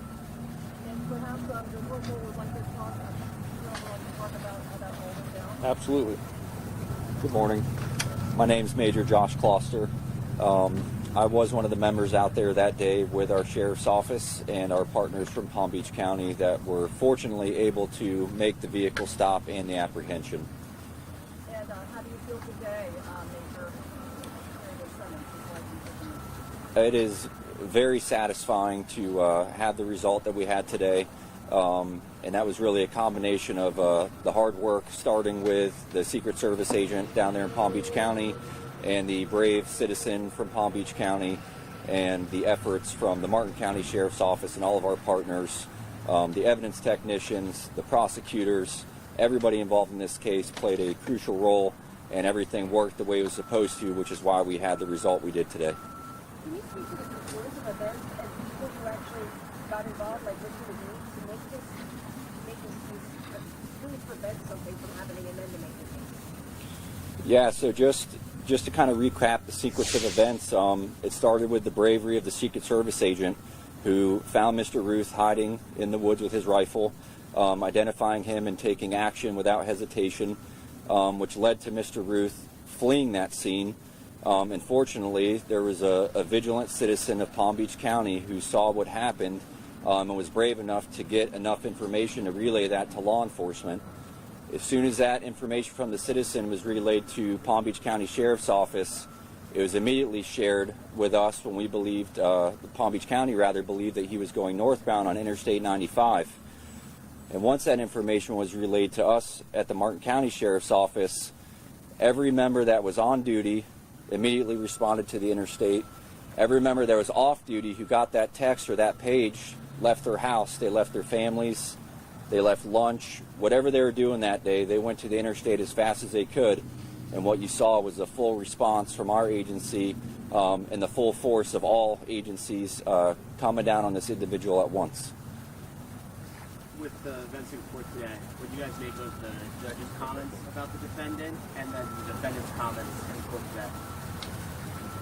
Yeah, the question is, what do we make of the comments in court? So the defendant tried to portray himself as a do-gooder, a victim, and I think Judge Cannon said it best. She says, the evil is in you, Mr. Routh. The evil is in you. You are the one that were trying to kill the President of the United States, former and then to be President of the United States. The evil is in you. And I think that kind of encapsulates all that was taking place here today. After she imposes the life sentence, her final remarks were, she said if there's one sliver of good that came out of this, I don't know if you're there for this part, in her view. Explain what she said there about the counterpoint, about a courageous American. How do you all fall into that? So the question was, the judge made a comment at the very end about there was a sliver of good that came out of this incident. And of course, there was nothing good in this incident, except for the fact of the heroic acts of the Secret Service agent that put himself in harm's way really in harm's way. This guy had an AK-47 loaded, 20-something rounds in the magazine, put himself in harm's way and prevented a shooting. So that was some remarks from investigators with the Martin County Sheriff's Office and the Martin County Sheriff speaking after the sentencing of Ryan Routh, sentenced to life in prison for that attempted assassination of Donald Trump. We're going to take a break here on Florida Live, and we'll be right back.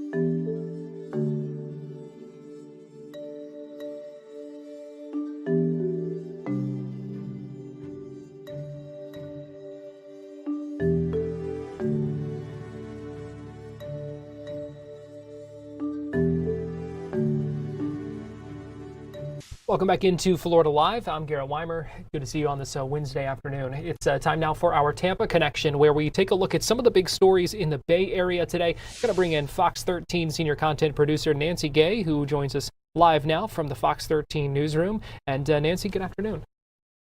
Good afternoon, Garrett. We're going to begin in Plant City, where a body was found inside of a submerged truck while Hillsborough County deputies were searching for a missing man. So these deputies, they pulled the vehicle from a retention pond near Cornett and Howell Roads on Tuesday, and inside that truck, investigators said that they did find a body. Now, while the sheriff's office has not officially confirmed the identity of the person who was found inside that truck, the recovery happened during the search for 50-year-old Derek Smith. Now, Smith's family, they have been looking for him since Sunday. They told Fox 13 that they were able to track his location using an AirTag that was inside of his wallet, a signal that led them and investigators to that pond in Plant City. Now, neighbors who watched the recovery efforts say the scene was devastating, but they also said this isn't the first time a car has ended up in this water. Many in the area are now calling for safety improvements like guardrails or speed bumps to prevent another tragedy. Now, deputies say they have obtained security video from a nearby home that appears to show the truck speeding into the pond during the early morning hours. The investigation into the cause of the crash is ongoing. And just before sunset yesterday, deputies took the body to the Hillsborough County Medical Examiner's office. The medical examiner will determine the identity of that person who was in that truck. Garrett? All right, there's still a lot of questions in that case that still have to be answered. We appreciate that update on that. We know it is a concerning case, and like you said, hearing those neighbors describe the scene as devastating. Yeah, the neighbors did say that scene was devastating because, again, they're saying that this isn't the first time a vehicle has ended up in the water. They do want safety measures put in place. They believe something as simple as speed bumps may be able to prevent future tragedies. Because, again, Derek Smith, he is 50 years old. He has been reported missing, and his family, they've been searching for him since Sunday. And an AirTag that was in his wallet did lead them to call investigators and tell them, hey, the AirTag is pinging in the location of this retention pond. And that's when they all went out there and started searching. And they did find that submerged truck. And again, a body was inside that truck when they pulled it out of the water. However, they have not officially confirmed that the person who was found inside that truck was Derek Smith. That is something that the medical examiner's office is going to determine. All right, our second story in the Tampa connection, and an annual tradition canceled in Polk County. Yeah, for nearly 3 decades, Garrett, the snowbird extravaganza has been a staple in Lakeland. It normally draws tens of thousands of visitors to the RP Funding Center.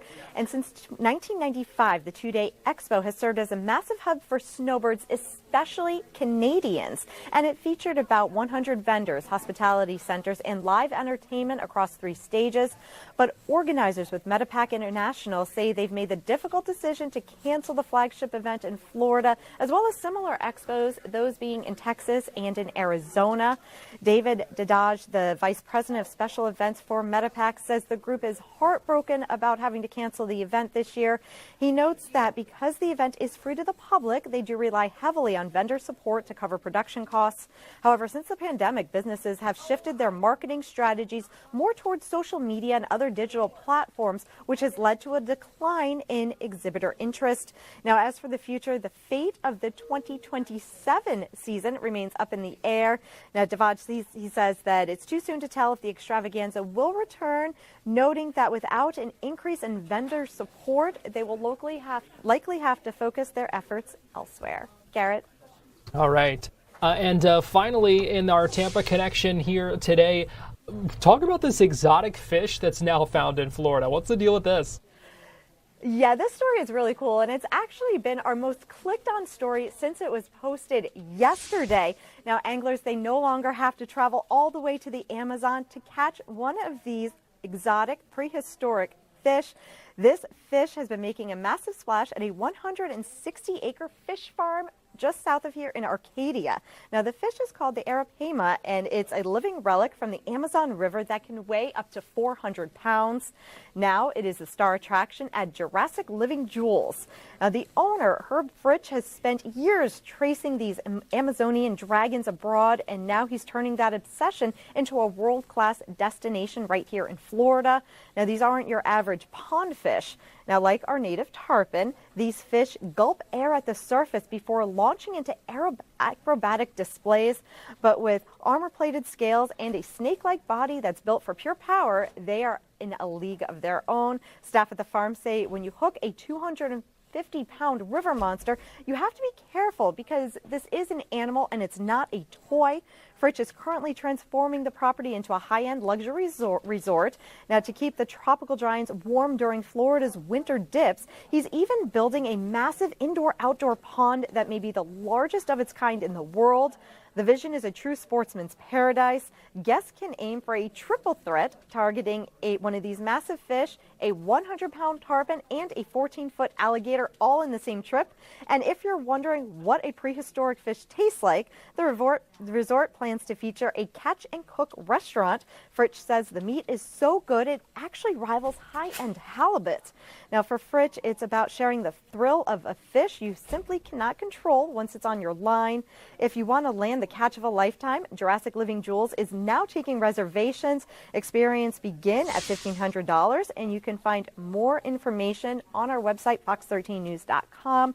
Now, the story is getting so much attention, and people have written in, and they're asking the question, can these giant prehistoric fish end up in Florida's waterways? Specifically, they're wondering if they could end up in our waterways if a flooding event occurs, such as the flooding that we had with the back-to-back hurricanes in 2024. Now, Jurassic Living Jules says it is 25 miles away from the nearest largest body of water, that being Gasparilla Sound, and it's not in a floodplain, so there should be no concern that the storm may carry any of these fish to another body of water from their ponds, even during massive flooding events. And then they also say, if something should happen, they say they shouldn't happen, but if it does, these winter temperatures that we've been having, these type of fish cannot survive in any type of cold, so they will die off. But again, these ponds, they are located about 25 miles away from the nearest body of water that's considered large enough to even house these fish, and they say there should not be a threat of these fish getting into the ponds, even if we do see significant flooding like we did in 2024. Well, let's hope not. Those things are huge. It's unreal. Yes. Yes, they are huge. And it's amazing just to watch that video and to see them doing that acrobatics and to jump out of the water and spin around. So it is pretty amazing, and it'll definitely give anglers quite the thrill down in Arcadia. And no doubt about that. Fox 13 senior content producer Nancy Gay, we appreciate you joining us for our Tampa Connection. Thank you. Got Fox 35 Storm Team meteorologist Laurel Blanchard joining me now with our Florida Live forecast. Laurel, you want to go fishing for one of those river monsters? I am good. You know what? They can stay in the river. I will not be entering the river, but didn't river monsters end because they found basically all of the said river monsters? It might need to come back just for that. It might have to. Now talk to us about the forecast. We are enjoying a much nicer day than we have seen in a while. I am de-thawing. It is basically what it is. I feel like after just this past weekend, my show was just completely full of cold graphics. Save them all. They're now out of my show. I feel like the freeze is finally in our rearview mirror, and we are warming on up. Today is just beautiful. We see that sun shining. There's a little bit of a breeze out there, making it just ever so slightly chilly, but we are finally back in the 70s, which I feel like it has been quite a while since we've seen those. It is gorgeous as we take a look over Lake Fairview right now. 70 degrees out there, winds coming in at about 11 miles per hour, making it just a little bit breezy this afternoon. Taking a look even along the Space Coast, temperatures in the 70s, 71 in Gainesville, so it's a real heat wave up there, and even seeing the upper 60s as we take a look down towards St. Cloud. So everywhere is just beautiful this evening, and it's going to continue to stay that way. But we are going to see an ever so slight cool down. So for the rest of the evening, the sun is going to be shining. Temperatures are going to be staying in the 70s, but we are going to be seeing a little bit more of that cloud cover starting to push in as we take a look at this evening ahead of our next cold front. Now, I know what you're thinking. Cold front, it's going to see our temperatures tank again. Not as bad as what we did see. The Florida freeze pretty much is behind us, which is good, but we are going to see temperatures get a little bit chilly as we head into tomorrow night. So here's that cold front right now, bringing in some much needed rain in across the panhandle. This is what's slowly going to scoot down across the peninsula as we head through the overnight tonight. So kind of taking you hour by hour of what we can see here in Orlando, we're going to start to see some of those showers as we head through the overnight tonight. Very, very early tomorrow morning. This is what's just going to bring us in a couple of scattered showers, no severe weather with this cold front. So you can see areas across Gainesville, Ocala, you're going to get in on this rain probably at around 11 o'clock tonight. Those showers going to be moving down the Florida Turnpike as we head through 4 a.m. That's when Orlando's going to start to see some of those showers, and that may slow down the morning commute just a little bit because we are going to be seeing some of those heavier showers make their way along the I-4 corridor right as rush hour is really starting to pick up, and then slowly starting to see those showers taper off as we head into about the 9:30, 10 o'clock hour here in Orlando. Cocoa Beach, Melbourne, you're going to be stuck in those showers until probably about 2 p.m. tomorrow afternoon. But speaking of tomorrow afternoon, after a soggy, rainy, gloomy start to your Thursday, it's going to be beautiful and sunshine-filled as we take a look at your Thursday afternoon. So it's going to be beautiful as we head into the back half of the day. So good news right there. But as for rain, we desperately need a drink of water for sure. water. I don't know about you, but it is dry in my house, and we're going to get a little bit of that drink of water. Unfortunately, though, not enough to really offset any of the drought conditions that we were feeling across central Florida. Half inch at most of rain across the region. And again, some areas definitely need the rain. Gainesville, Ocala, we're seeing extreme drought conditions up there. So any little bit of rain helps. Unfortunately, though, it's really not going to be putting a dent in the deficit of rain that we're feeling out there right now. After that cold front moves out tonight, it's going to drop our temperatures a little bit, but these temperatures are the warmest that we've seen in quite a few days, Garrett. Temperatures are going to drop down into the upper 40s, low 50s tonight. Tomorrow, though, remember those highs, they're going to be in the 60s tomorrow. So taking a look, 50s tonight, 60s tomorrow. So we're really only going to be seeing about a 10 degree warm up as we take a look at tomorrow afternoon. And then Friday morning, it's going to get chilly again. Not as near chilly as what we were seeing earlier on this week and this weekend. Temperatures are going to be dropping down into the upper 30s. So if you do have any other, again, cold preps, you might want to just continue that through as we take a look at Friday. Although we are going to be warming back up, we're going to see those temperatures slowly get back towards our average lows as we take a look at Monday. But I know this weekend, lots of people having plans. So much is happening this weekend, especially if you're getting the family, friends together for any Super Bowl parties. Luckily, it looks like this weekend is going to have some beautiful weather, so you can open up the sliders, open up the windows. Things should be pretty good if you are getting people together for Super Bowl and the big game. All right, yeah, sounds like a good weekend for it. And even with some of those cooler temperatures this weekend, it's nothing we can't handle. After what happened last week. Oh, I feel like we can handle anything after this past weekend. Honestly, my backyard still looks like a blanket fort as back there because of all my plants that are covered up. So if you are just still kind of waiting on that, I would still continue. If you're just kind of covering those plants up, I'd keep them covered until probably this weekend before you can probably start to uncover them, because yeah, it's still going to get chilly for those little plants, especially Friday morning. So just a little bit of a heads up there, but we're pretty much done with the extreme cold. Good. Hopefully. Hopefully. Oh, Fox 35 Storm Team Meteorologist Laurel Blanchard, thanks for joining us. Thanks, Garrett. We're going to take a break. We'll be right back.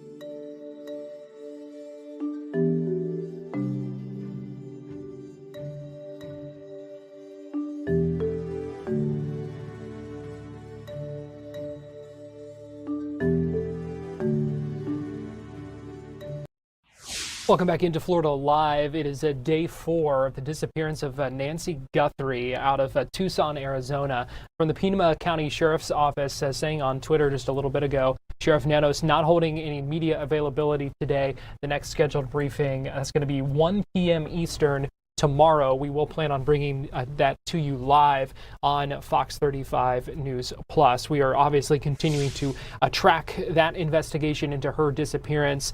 We talked earlier with a law enforcement expert from our area, Jamie Copenhaver. He's a former sheriff's detective and investigator who broke down for us where things might be standing with this investigation, what we can expect moving forward, and the sense of urgency that is growing as more time continues to pass. I mean, certainly bizarre. We didn't see this on our bingo card, right? Just a kidnapping out of the blue. This 84-year-old woman appears to be in good health other than some heart issues.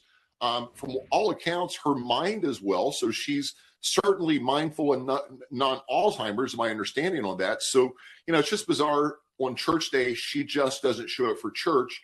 And then lo and behold, 3 days later, we're into this kidnapping case. So that actually telegraphs a couple of suggestions to me coming from law enforcement. And what kind of stands out to you then in that? I mean, it's almost as if she probably, I'm going to suggest, knew her attacker or her assailant or her kidnappers. Just by the mere fact nothing was broken. It's my understanding there were no forced entry to the Guthrie home. So obviously someone gained entry by either an unlocked door or someone from the inside, Nancy Guthrie perhaps, unlocked the door to let that intruder in to afford that kidnapping. We have seen some unconfirmed reports, some news outlets highlighting who they believed to be a person of interest who was a family member, an extended family member. But the sheriff coming out today, posting this on social media, saying, at this point, investigators have not identified a suspect or person of interest in this case. Detectives continue to speak with anyone who may have had contact with Mrs. Guthrie. Detectives are working closely with the Guthrie family, and while we appreciate the public's concern, the sharing of unverified accusations or false information is irresponsible and does not assist the investigation. Bottom line here, reiterating, no suspect or person of interest has been identified at this time. Talk about that from a law enforcement perspective when you see things come out like that, when they have already tried to be, it seems, pretty tight-lipped about this for whatever reason, and then seeing things like that. What impact does that have, or could that have, as they're trying to zero in on this case? What that tells me from the presser the sheriff had, they have more evidence or more information than what they're willing to release. You and I spoke a little bit about it off air. If you're not going to release any new information, don't hold a press conference, right? Because you have all of these stations show up. You have the community that's, distraught. They knew this woman. They have church and congressional people that knew this woman. Just don't hold the press conference. But that tells me, I think the sheriff knows a lot more than what he's letting on to be. And rightfully so. It could hurt the integrity of that case, Garrett. Let's go back to the Brown University case. That suspect was identified through a geodata fencing from a cell phone signal. So, they're working that angle from digital and electronics, plus good old 101 police work of tracking down leads and suspected bad guys that they have no one on their plate. The most bizarre part about this, we haven't heard a motive. That's going to play a lot into their investigation if they know the motive of why Nancy Guthrie was kidnapped. We just don't know that yet. We have seen a number of news outlets, TMZ, some in the Arizona area, saying that they received ransom notes, essentially, demanding millions in Bitcoin for her safe release. Now, right now, we don't know if those are, actually legitimate or just someone trying to, play a sick joke and get some money out of this. But if they turn out to be verified, if they turn out to be real, how does something like that change the circumstances and how investigators now have to handle this? Yeah, the big question, if that's in fact legit kidnapping ransom note, which I think it is, there's a bona fide legitimate blockchain address for that wallet, for that Bitcoin to be sent to. So, I can assure you that Treasury and FBI is working that angle to try to identify the account holder on that Bitcoin wallet. But more importantly, in that ransom note, there were a couple of items of interest that were pointed out by the kidnapper or kidnappers of items in the home that only someone in the home would know. So it doesn't sound like it's a hoax letter based on the sheriff pretty much saying, that there was an item that was broken in the house. No one else would have known that unless they had access. So that sort of telegraphs to me that's a legitimate note. But they're just, they're keeping that close to the vest for investigative techniques and purposes. Hey, how does law enforcement then address that? How do you handle that? What we're seeing play out is almost identical to the Brown University shooter. They're releasing enough information to keep us on the edges of our seat, but also they're releasing information that someone that may know these kidnappers could say, wait a minute, I know that he was in that area. I know he was in that area for this reason, and try to track it down like you would any other lead on a criminal case. I do believe that digital forensics is going to play a large part of catching this kidnapper or kidnappers through potential cell phones. We know that Nancy Guthrie's pacemaker was digitally transmitting a signal back to her. Oddly enough, her cell phone was left at home. Once again, that would telegraph it was a known person. The other wrinkle in this, she's 84 years old. Investigators have said that she has a medication that she needs daily to make sure she can stay alive. And so how does that add additional pressure? And, as the clock is really ticking here, as time continues to pass, she needs to be found. I mean, it amps up the game 100%. I mean, if you're an investigator working this from either local or FBI, I mean, the pressure's on you. Not only it's a loved one, but now we have an 84-year-old woman with a heart issue and a pacemaker that needs her medicine. The caveat to that, and here's another twist, Garrett. If the kidnappers actually knew Miss Guthrie, they should have known something about her heart condition. Perhaps they had taken medicine with them, and that's just not being announced by the police. We just don't know, right? Everything's to be announced once that is revealed at the end. But let's hope these kidnappers had enough gumption and common sense and consideration to perhaps take her medicine or some of her medicine, she would have it, because that's a huge concern. If you're on heart meds, you must take that as prescribed by the doctor every single day. You can't miss. Investigators. So it's a game. Yeah. Investigators have said, at least at the news conference yesterday, they said they didn't have any sort of suspect description, no vehicle description at this time. We know they're working on getting some more video that may be helpful to the case. We know there are times where, sometimes investigators will choose not to release video initially. If say today or in the next 24 hours, there is some video that shows suspects, do you anticipate that being something that the detectives in this case would release, or that at this point they might want to hold on to give them another card in their pocket? Yeah, I mean, I've been on both sides of that. I've worked criminal cases over my years when I was in law enforcement. You know the evidence you have. There's a piece of evidence potentially help your case, but if you release that, it may cause issues on another part of the case that would corrupt the integrity of the investigation. I, for one, if you have the evidence, if you have videos, release the videos. We don't want a replay of the Brown University. I keep bringing that case up because it was very aggravating, not only for the police, but also for the public that lived in that area.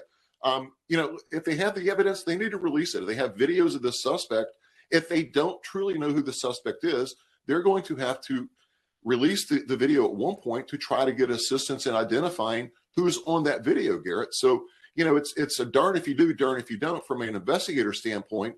But I've always been pro, if you have it, release it, let the public help. Because trust me, there are more of us than the police, and we can, we have a lot of eyes out there. So it could potentially help identify who's responsible. Yeah, and they have been pleading with the public to look at their cameras and, if they have any information. Even the sheriff saying yesterday that he didn't want to narrow down a potential timeline of disappearance, because he said that may make the window too narrow, and then we miss out on something that might be helpful to us. So they're really asking for the public's help right now in whatever way it can kind of come together. So what's the next steps here? What are investigators going to be doing right now as time passes, as that kind of window of opportunity to find her kind of closes? What's happening next? What should we watch for? Let's back up really quick. I mean, let's not forget the 101 police work that's going on behind the scenes that we're not seeing or hearing about. You're going to have crime scene investigators literally combing through the Guthrie home, looking for any DNA, fingerprints, any biological evidence that the kidnapper or kidnappers may have left behind, right? We had heard early on that there were potentially blood found in the home. You want to confirm that that was either Nancy Guthrie's blood, or could it be an assailant's blood? We just don't know. That hasn't been announced. But you're going to look at all the evidence and forensic evidence from processing that crime scene. Here's another take. You're going to look for any tire tracks outside of the Guthrie home in the driveway. We know it's out in the desert. There's a lot of opportunities for tire tracks. So they're going to try to look for any impressions of tire tracks to identify a potential vehicle in this case. A lot of things they're going to be looking for. We will stand by for an update tomorrow afternoon, again, 1 o'clock Eastern, and we will live stream that for you on Fox 35 News Plus. Right now, we're going to take a break here on Florida Live, but we'll be right back.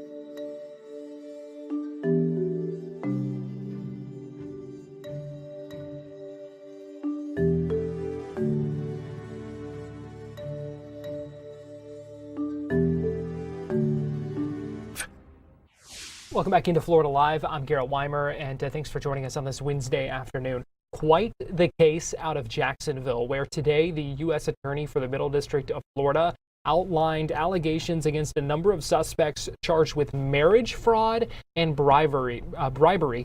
And 8 of those suspects, those defendants who are now facing charges in this, were U.S. service members serving at Naval Air Station Jacksonville. They're accused of planning these sham marriages with Chinese nationals to gain access to U.S. military bases and facilities. Here's a U.S. Attorney Greg Kehoe outlining those allegations at a news conference earlier today.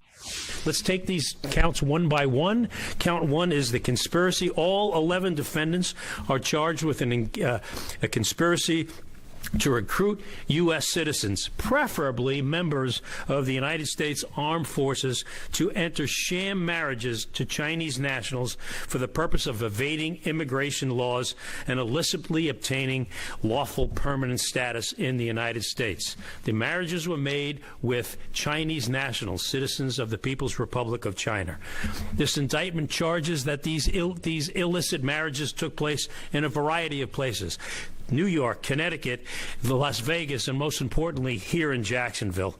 The scheme behind, and schemes, I should say, in the plural, behind these sham marriages were extensive. Not only did they go through the processes of engaging these marriages, but they took photographs of marriage ceremonies, of celebrations of the marriage themselves, so these individuals could produce them to immigration services to try to legitimize the marriages and try to demonstrate that these illegal marriages were in fact legitimate, which they were not.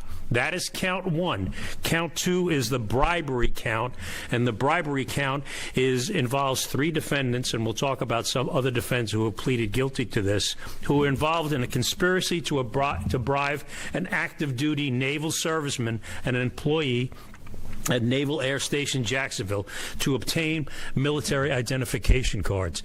You'll hear a lot about military identification cards. They're called common access cards. People in the military parlance always call them CAC cards, CAC. That's what we're talking about.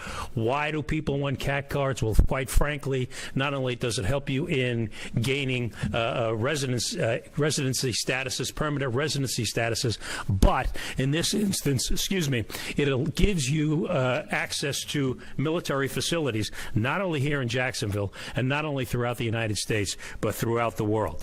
That particular bribery scheme that is in count 2 was in fact foiled at the early part of last year, where one of the defendants, who has already pleaded guilty by the name of Zumba, was paying $3,500 to the servicemen and the other employee at Jacksonville Air Station, and he was in fact arrested. The investigation ensued, and other people were involved, and they are the 3 individuals that are in count 2.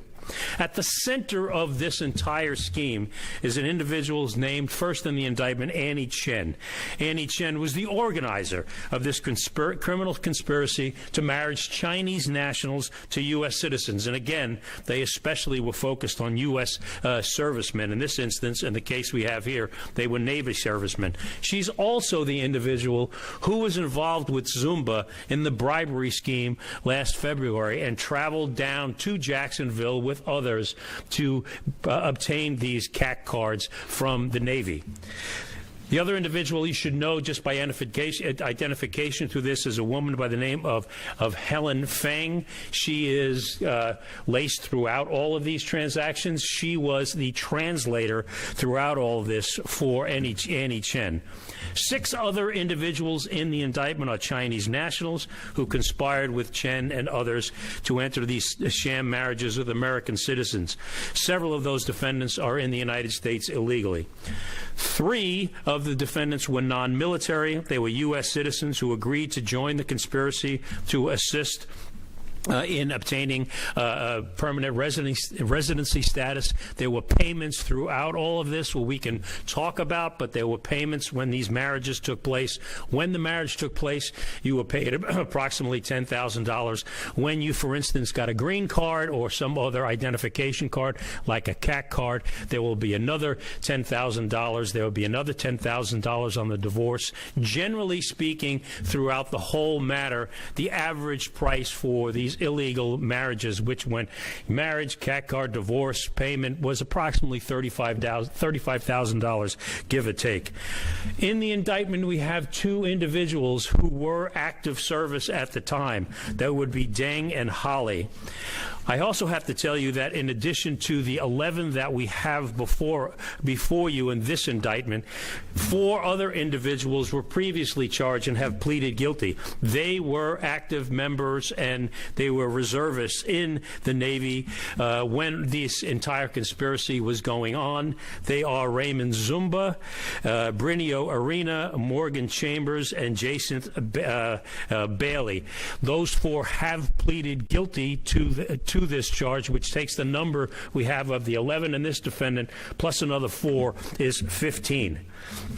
But the 4 that I mentioned, the 4 that I mentioned, which Zumba, Arena, Chambers, and Bailey were active duty, Zumba being a reservist at the time. As we move through this conspiracy that started in the early part of 2024, Chen and others recruited Zumba and Arena, 2 active duty servicemen at the time, to act as a recruiter, to recruit other servicemen to get involved in this illicit marriage arrangement. And I said to you previously, Zumba was part of and complicit and central to the bribery scheme, where Zumba was bribing a serviceman and another a citizen at Jacksonville Air Station to obtain the CAC cards. He has pleaded guilty to that. Again, why do they want these CAC cards? They want these CAC cards for the central reason for that they want to assist in getting permanent residency status, but they also want these CAC cards because it gives them access to military facilities throughout the world. Keep in mind. Quite the scheme, the alleged scheme outlined there by the U.S. Attorney Greg Kehoe for the Middle District of Florida at that news conference earlier today in Jacksonville, where he was talking about those service members who are now facing charges for marriage fraud and bribery. We're going to take a break here on Florida Live, but we'll be right back after this.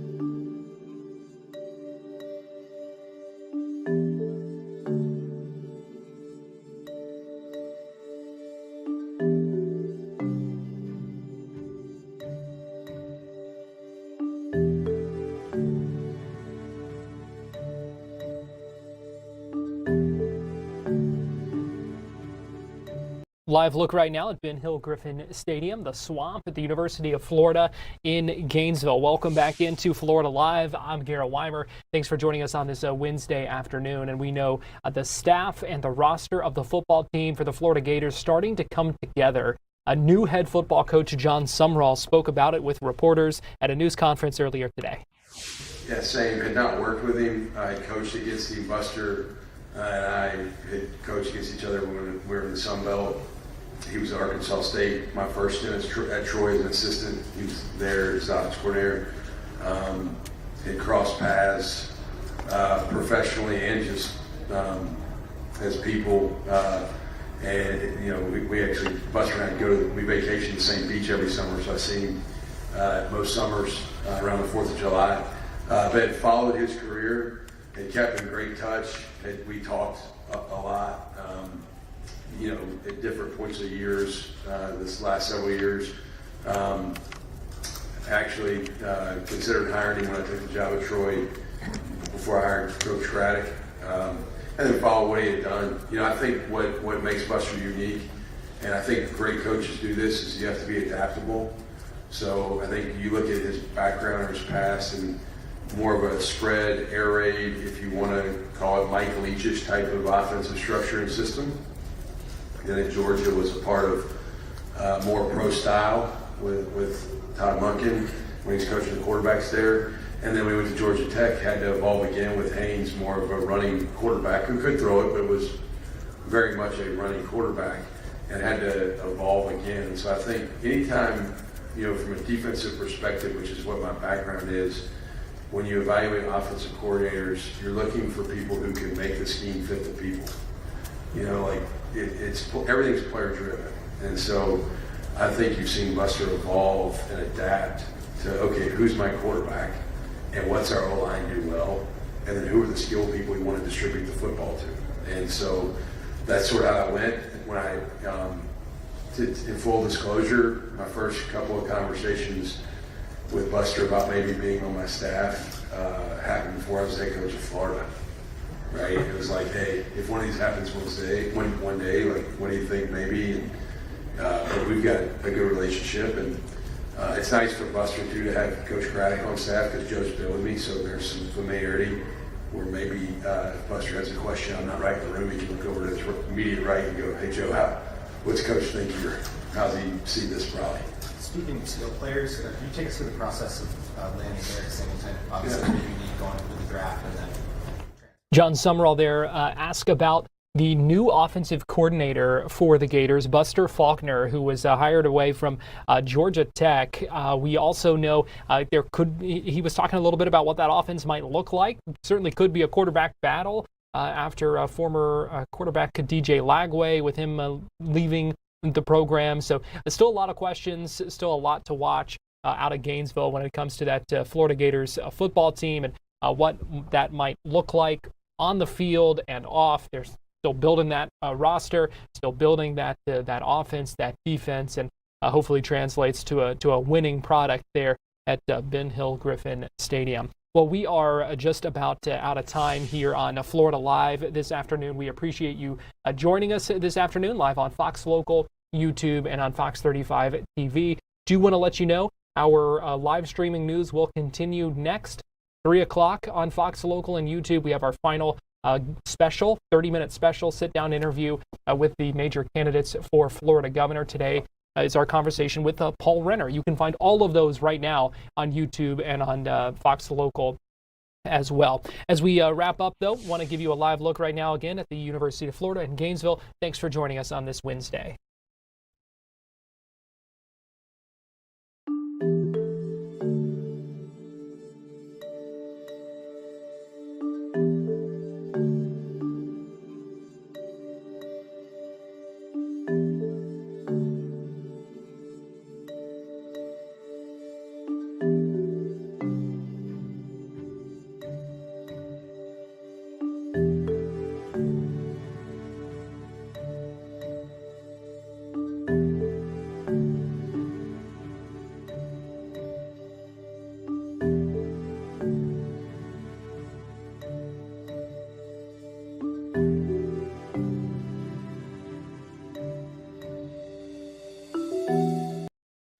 Watching Fox 35 News Plus, streaming on Fox Local. Hi, I'm Garrett Weimer, and thanks for watching Fox 35 News Plus as we speak with the candidates for Florida governor. And I'm pleased to be joined today by former House Speaker Paul Renner, joining us in our streaming studio here. Speaker Renner, good to see you. Great to see you. So I first want to start and just to get your reaction, because what is a pretty crowded Republican primary has now gotten more crowded. We're speaking today, the day after the lieutenant governor decided to throw his name in the ring as well.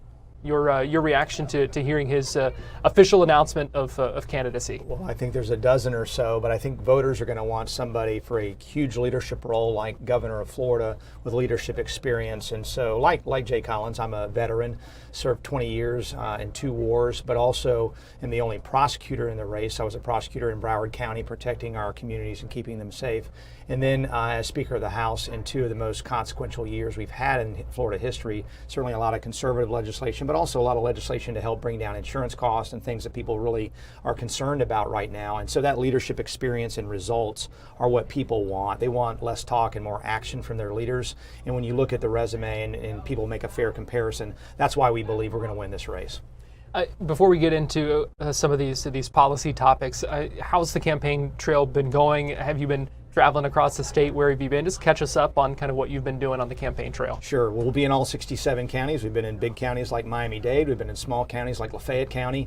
And we'll be in all 67 before the campaign's over. And the response has been phenomenal. Again, people want a leader. I helped to build the free state of Florida, obviously with Governor DeSantis and my colleagues in the House and Senate during that period of time that I was Speaker, 2022 to 2024. And the Speaker is really like your head football coach who, helps set the agenda of what bills move and don't move, obviously in consultation with the Senate because they've got to go along, overseeing 500 or so employees there in the House. And so next to the governor, it's the most significant role in state government.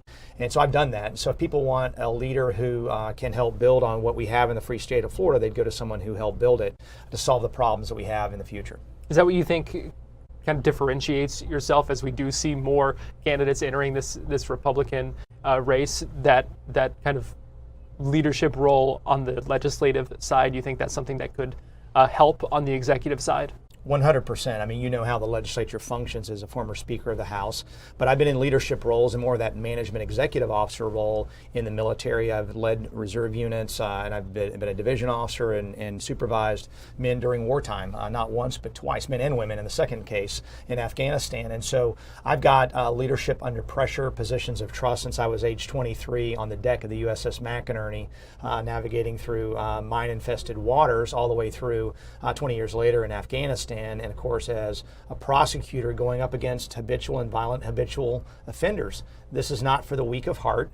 And I had a victim that was dependent on me to convince that jury by unanimous vote to put them away so they would not create another victim. I did that. And so I don't think you can look at any of these other candidates, including the current frontrunner, Congressman Donalds, and not see that huge differentiation from the leadership experience standpoint, but also what do we do in office? I mean, some politicians go into office and they're all about themselves.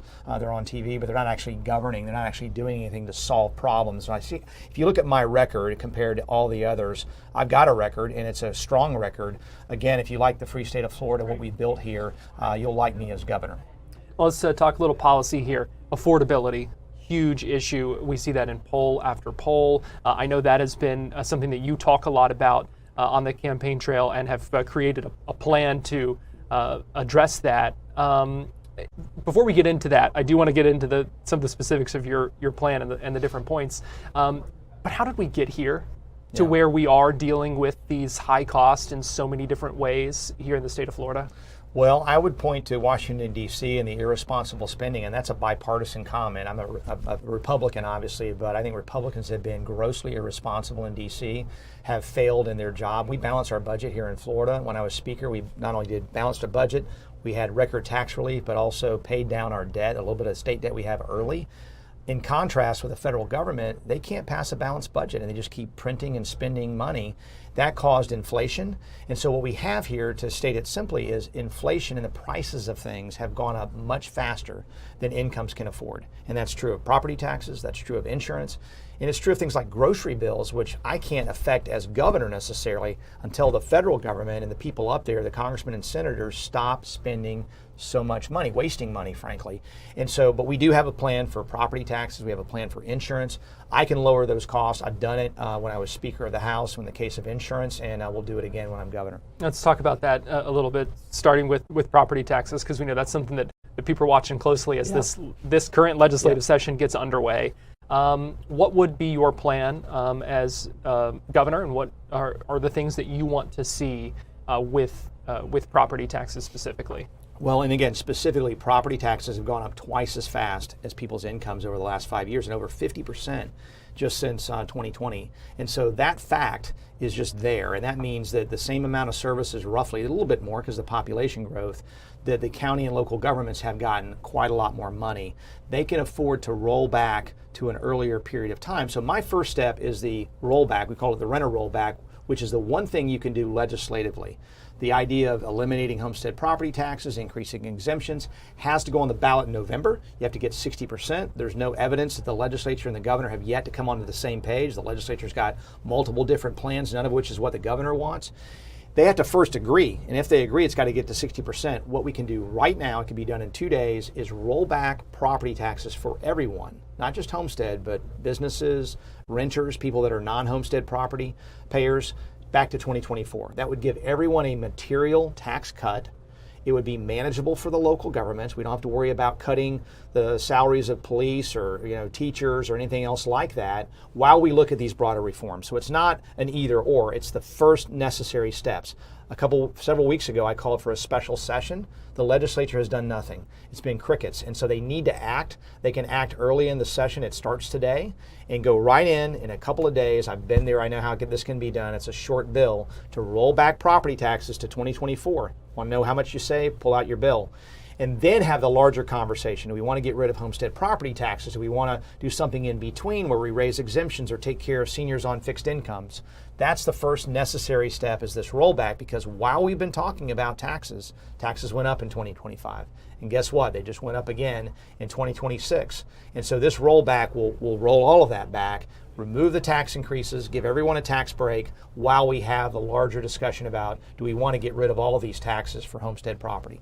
You mentioned the impact on local governments, and that is one of the things that we see concerns about, even among regular folks across the state who are concerned about what the impact might be on their local government and the services that they rely on. So how do you kind of balance that and assure some of those concerns as this process moves forward? Well, as we look beyond the rollback to the larger reforms for property taxes, my plan would require the cities, or rather the counties, who fund our local sheriffs, for example, and of course the city, to fund the budgets of law enforcement first out of the budget.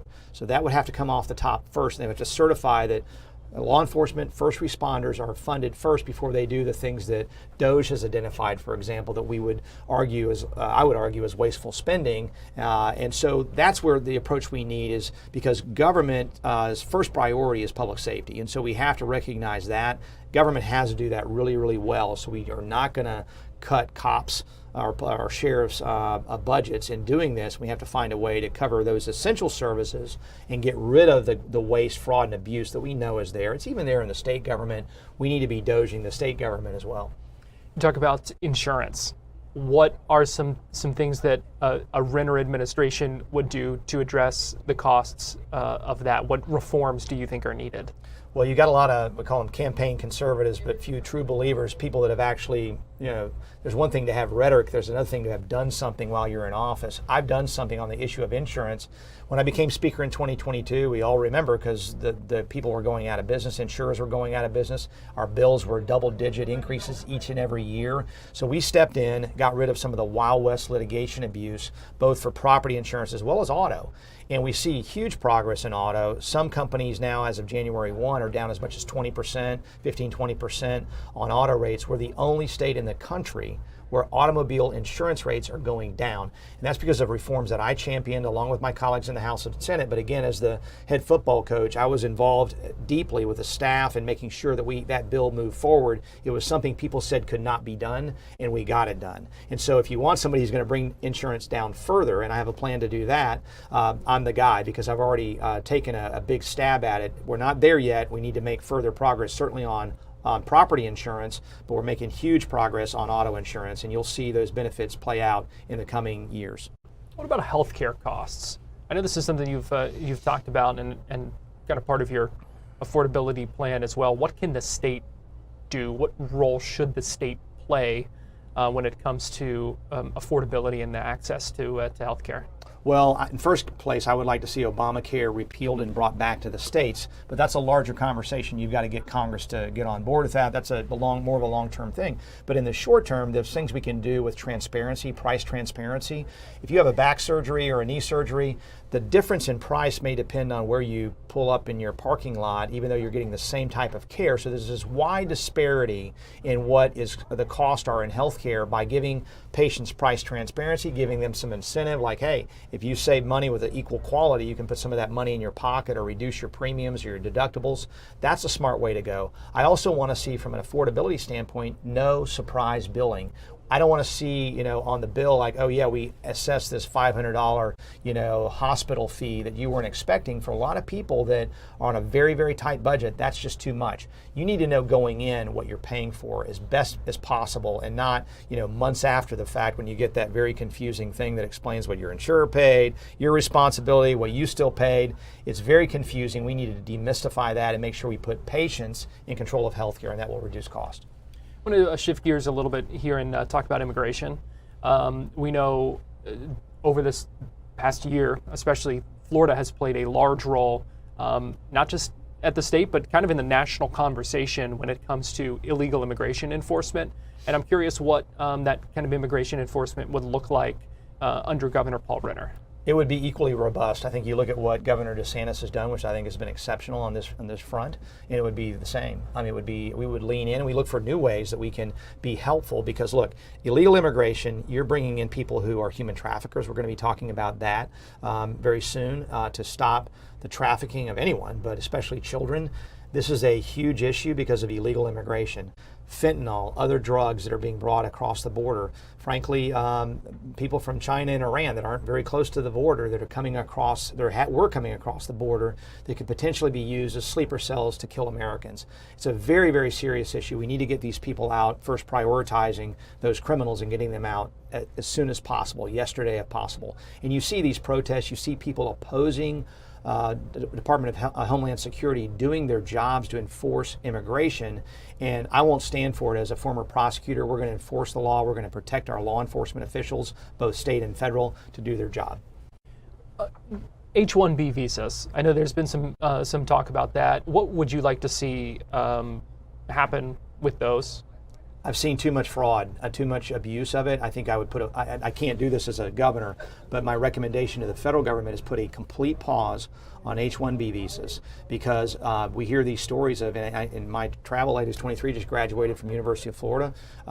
He talks all the time about how the fact that these kids from a very, very good school can't find jobs, and they're being replaced by people from overseas on these H-1Bs. He even told me a story of a friend of his who has multiple patents, was working at a place, trained these two individuals from overseas, and then they replaced him. They fired him because they could pay them less money under an H-1B. That is not the purpose of an H-1B. And these are people, not graduate even level, but bachelor's level and below. And so we do not need to be undermining American workers and American jobs. I would recommend Congress, and again, I'm not in Congress. One of my opponents is to put a full halt on H-1B visas until we clean up this system and make it what it's supposed to be. But I don't like the way it's working. I would stop it. You think that's it's something that could help the affordability crisis Absolutely. in Florida? Absolutely. The key way to fix affordability is higher job, higher wages, higher incomes, and having a job first and foremost. And so if you're graduating from a university, a great university like Florida or any other great universities, and you can't find a job, something's gone wrong, either with the universities, or in this case, what we find is that foreign individuals, and look, they're looking for a better life, but they can look for a better life in their own country. I'm concerned about Florida workers and putting Florida first. And for that reason, I think the federal government, and I'm not in Congress, but people in Congress ought to be putting a full stop on that. O-1Bs. I just saw an article the other day that you've got OnlyFans models that are getting O-1B visas. This is crazy. So they're basically porn stars that are coming into the country on a visa. We've got to stop this and put a pause on these immigration, even legal immigration areas like this that are simply not working. Or you look at the Afghan who was allowed in under this aggressive liberal visa program, let into the country and then murdered a National Guardsman. So immigration should be about adoption into the family. There's people that can come into this country and be helpful, fine, but we should set the terms for that. And in the case of H-1Bs, we need to put a full pause on it. The Congress needs to act, and they failed to do so. Let's talk education here in Florida. And you mentioned Florida universities, and so we'll start with talking about higher ed. There hasn't been an in-state tuition increase in years. Is that something that you think is feasible to continue and needs to continue for the future remain bright here? Well, as part of my Florida First affordability plan on voterenter.com, you can look at the whole thing. We talk about H-1B visas. We also say no increases in in-state tuition while I'm governor, and that's important. It's one of the reasons why we've been 9 years in a row ranked #1 in higher education is because of the low cost for our internal residents. This is a great way to come after affordability. I do not want to see students who are already struggling to compete with these H-1B visas to have a big debt coming out of school and then not have a job, or have a job at a place that they didn't bargain for because that's not what their degree was for. And so we're going to keep in-state tuition right where it is and do other things to make sure education is affordable, like HB1 rather, that I did as speaker, which was making sure that parents and children can go to the school that best fits their needs. You let's talk now K-12 education and the vouchers that there seems to be growing appetite for among parents, especially here in Central Florida. We've seen the numbers as more students and their families kind of migrate to some of these other schools. We are seeing declining enrollment and difficulties for some of those other schools.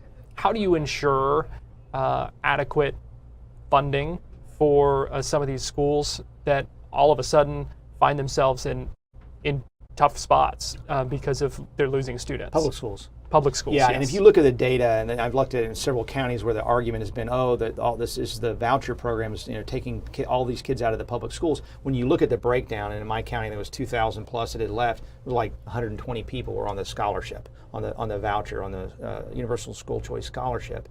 You have immigration, kids that are no longer going to school in our public schools, and again, that's costly to taxpayers. So that's a good thing, but there's other reasons why people are leaving public schools. The bottom line is, I want all of our schools to be world class. And so on the issue of public schools, I was supportive with the governor of raising teacher salaries. I'll continue to do that as governor.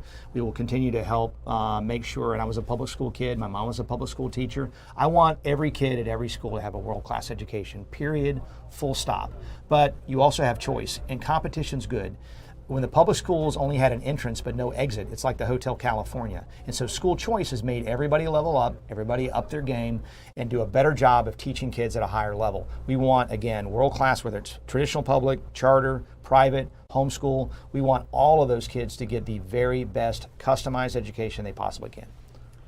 Let's talk about healthcare a little bit more in a different way. I know you have come out in favor of removing the state's vaccine mandates. There's a lot of conversation about that. But we also know there's a lot of hesitancy among parents concerned about what that might mean for their kids in schools, and some of the reasons that those requirements were kind of put in place in the first place. So what is your message when it comes to that tightrope, I guess? Well, I will say Democrats have always said look to nations of Europe for our guidance on things. Look to Denmark, and Denmark has no mandates. Other nations in Europe have no mandates but still have high vaccination rates. This is fundamentally about informed consent. You go in for a procedure, they say here are the costs, here are the benefits. Same thing with vaccines. Now, my kids have been vaccinated for all the things that'll kill you because I believe the benefits outweigh the cost, but that's a choice for the parent to have in consultation with a pediatrician, not the CDC recommending and the Department of Health mandating, no matter what those vaccines are. And the other thing that I think a lot of people don't realize is when I grew up, there were 10 or 12 of these things. Now there's like 60 or 70. So there's this explosion, far more vaccines that are recommended and then mandated to parents in this country than the vast majority of other countries. So let's pare that back. Let's look at things that are really serious, like polio and other things like that. But ultimately, I want that parent to make the decision. Not me, but I want the parent to make the decision. We do that in every other aspect of healthcare.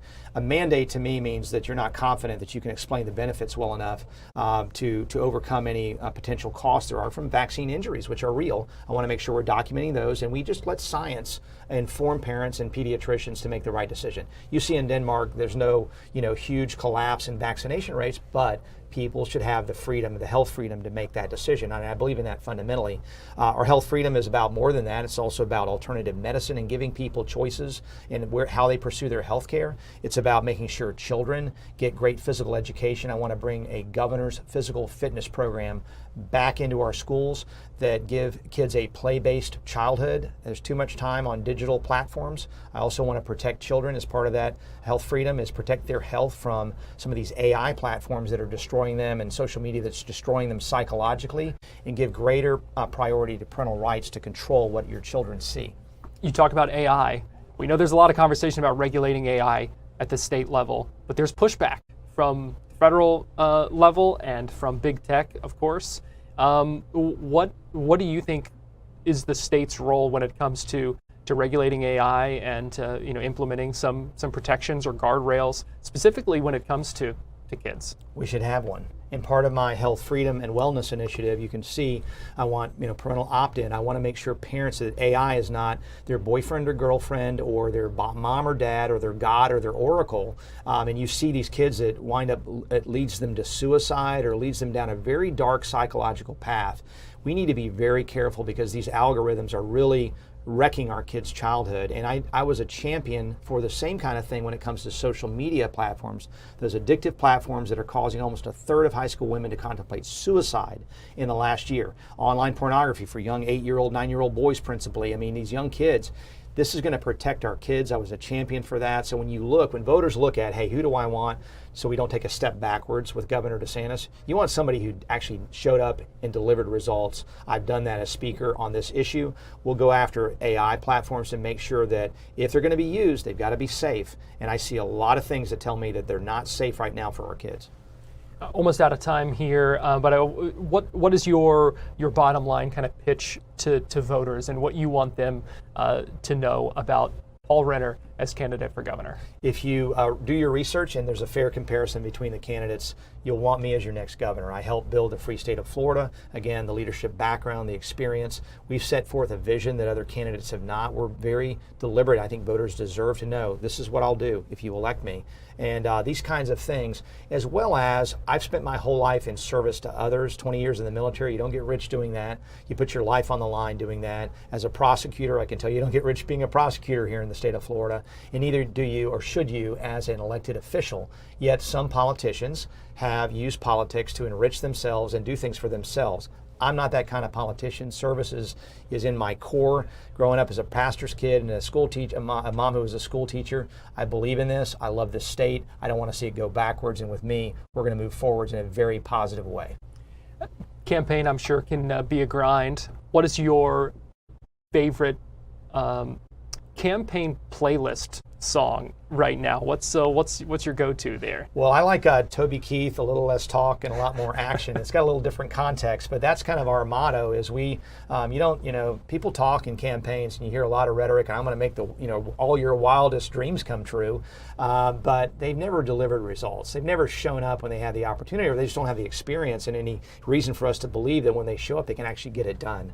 I've shown up. I've shown that we can get it done, whether it's on educational freedom, health freedom, on reforming our insurance to bring down rates, making sure we balance our budget and return money back to people that deserve it so we can tee up for property tax reform. All of these things I've done as one of the key leaders here in the state here recently, and I'll do it as governor. All right, and we'll wrap up. One more question on a little bit of a lighter note. What's your go-to meal? What's your favorite meal? If you've got a big day the next day, maybe what are you picking? What are you choosing? I love barbecue, but if it's a big day the next day, I'm probably not going for barbecue. Something a little lighter, maybe some Thai food or something like that. But I am food motivated. I try to keep the weight off, but I do love a good meal, and I don't like to miss them. And so on the campaign trail, sometimes it's drinking a protein shake or something on the road between events. But yeah, we got to keep ourselves healthy. And again, our wellness plan, that's part of it too. Getting all that crap out of our food for our kids and getting those ultra-processed foods out and good food in. That makes us all better, living long, healthy lives. And that's what I want for everybody.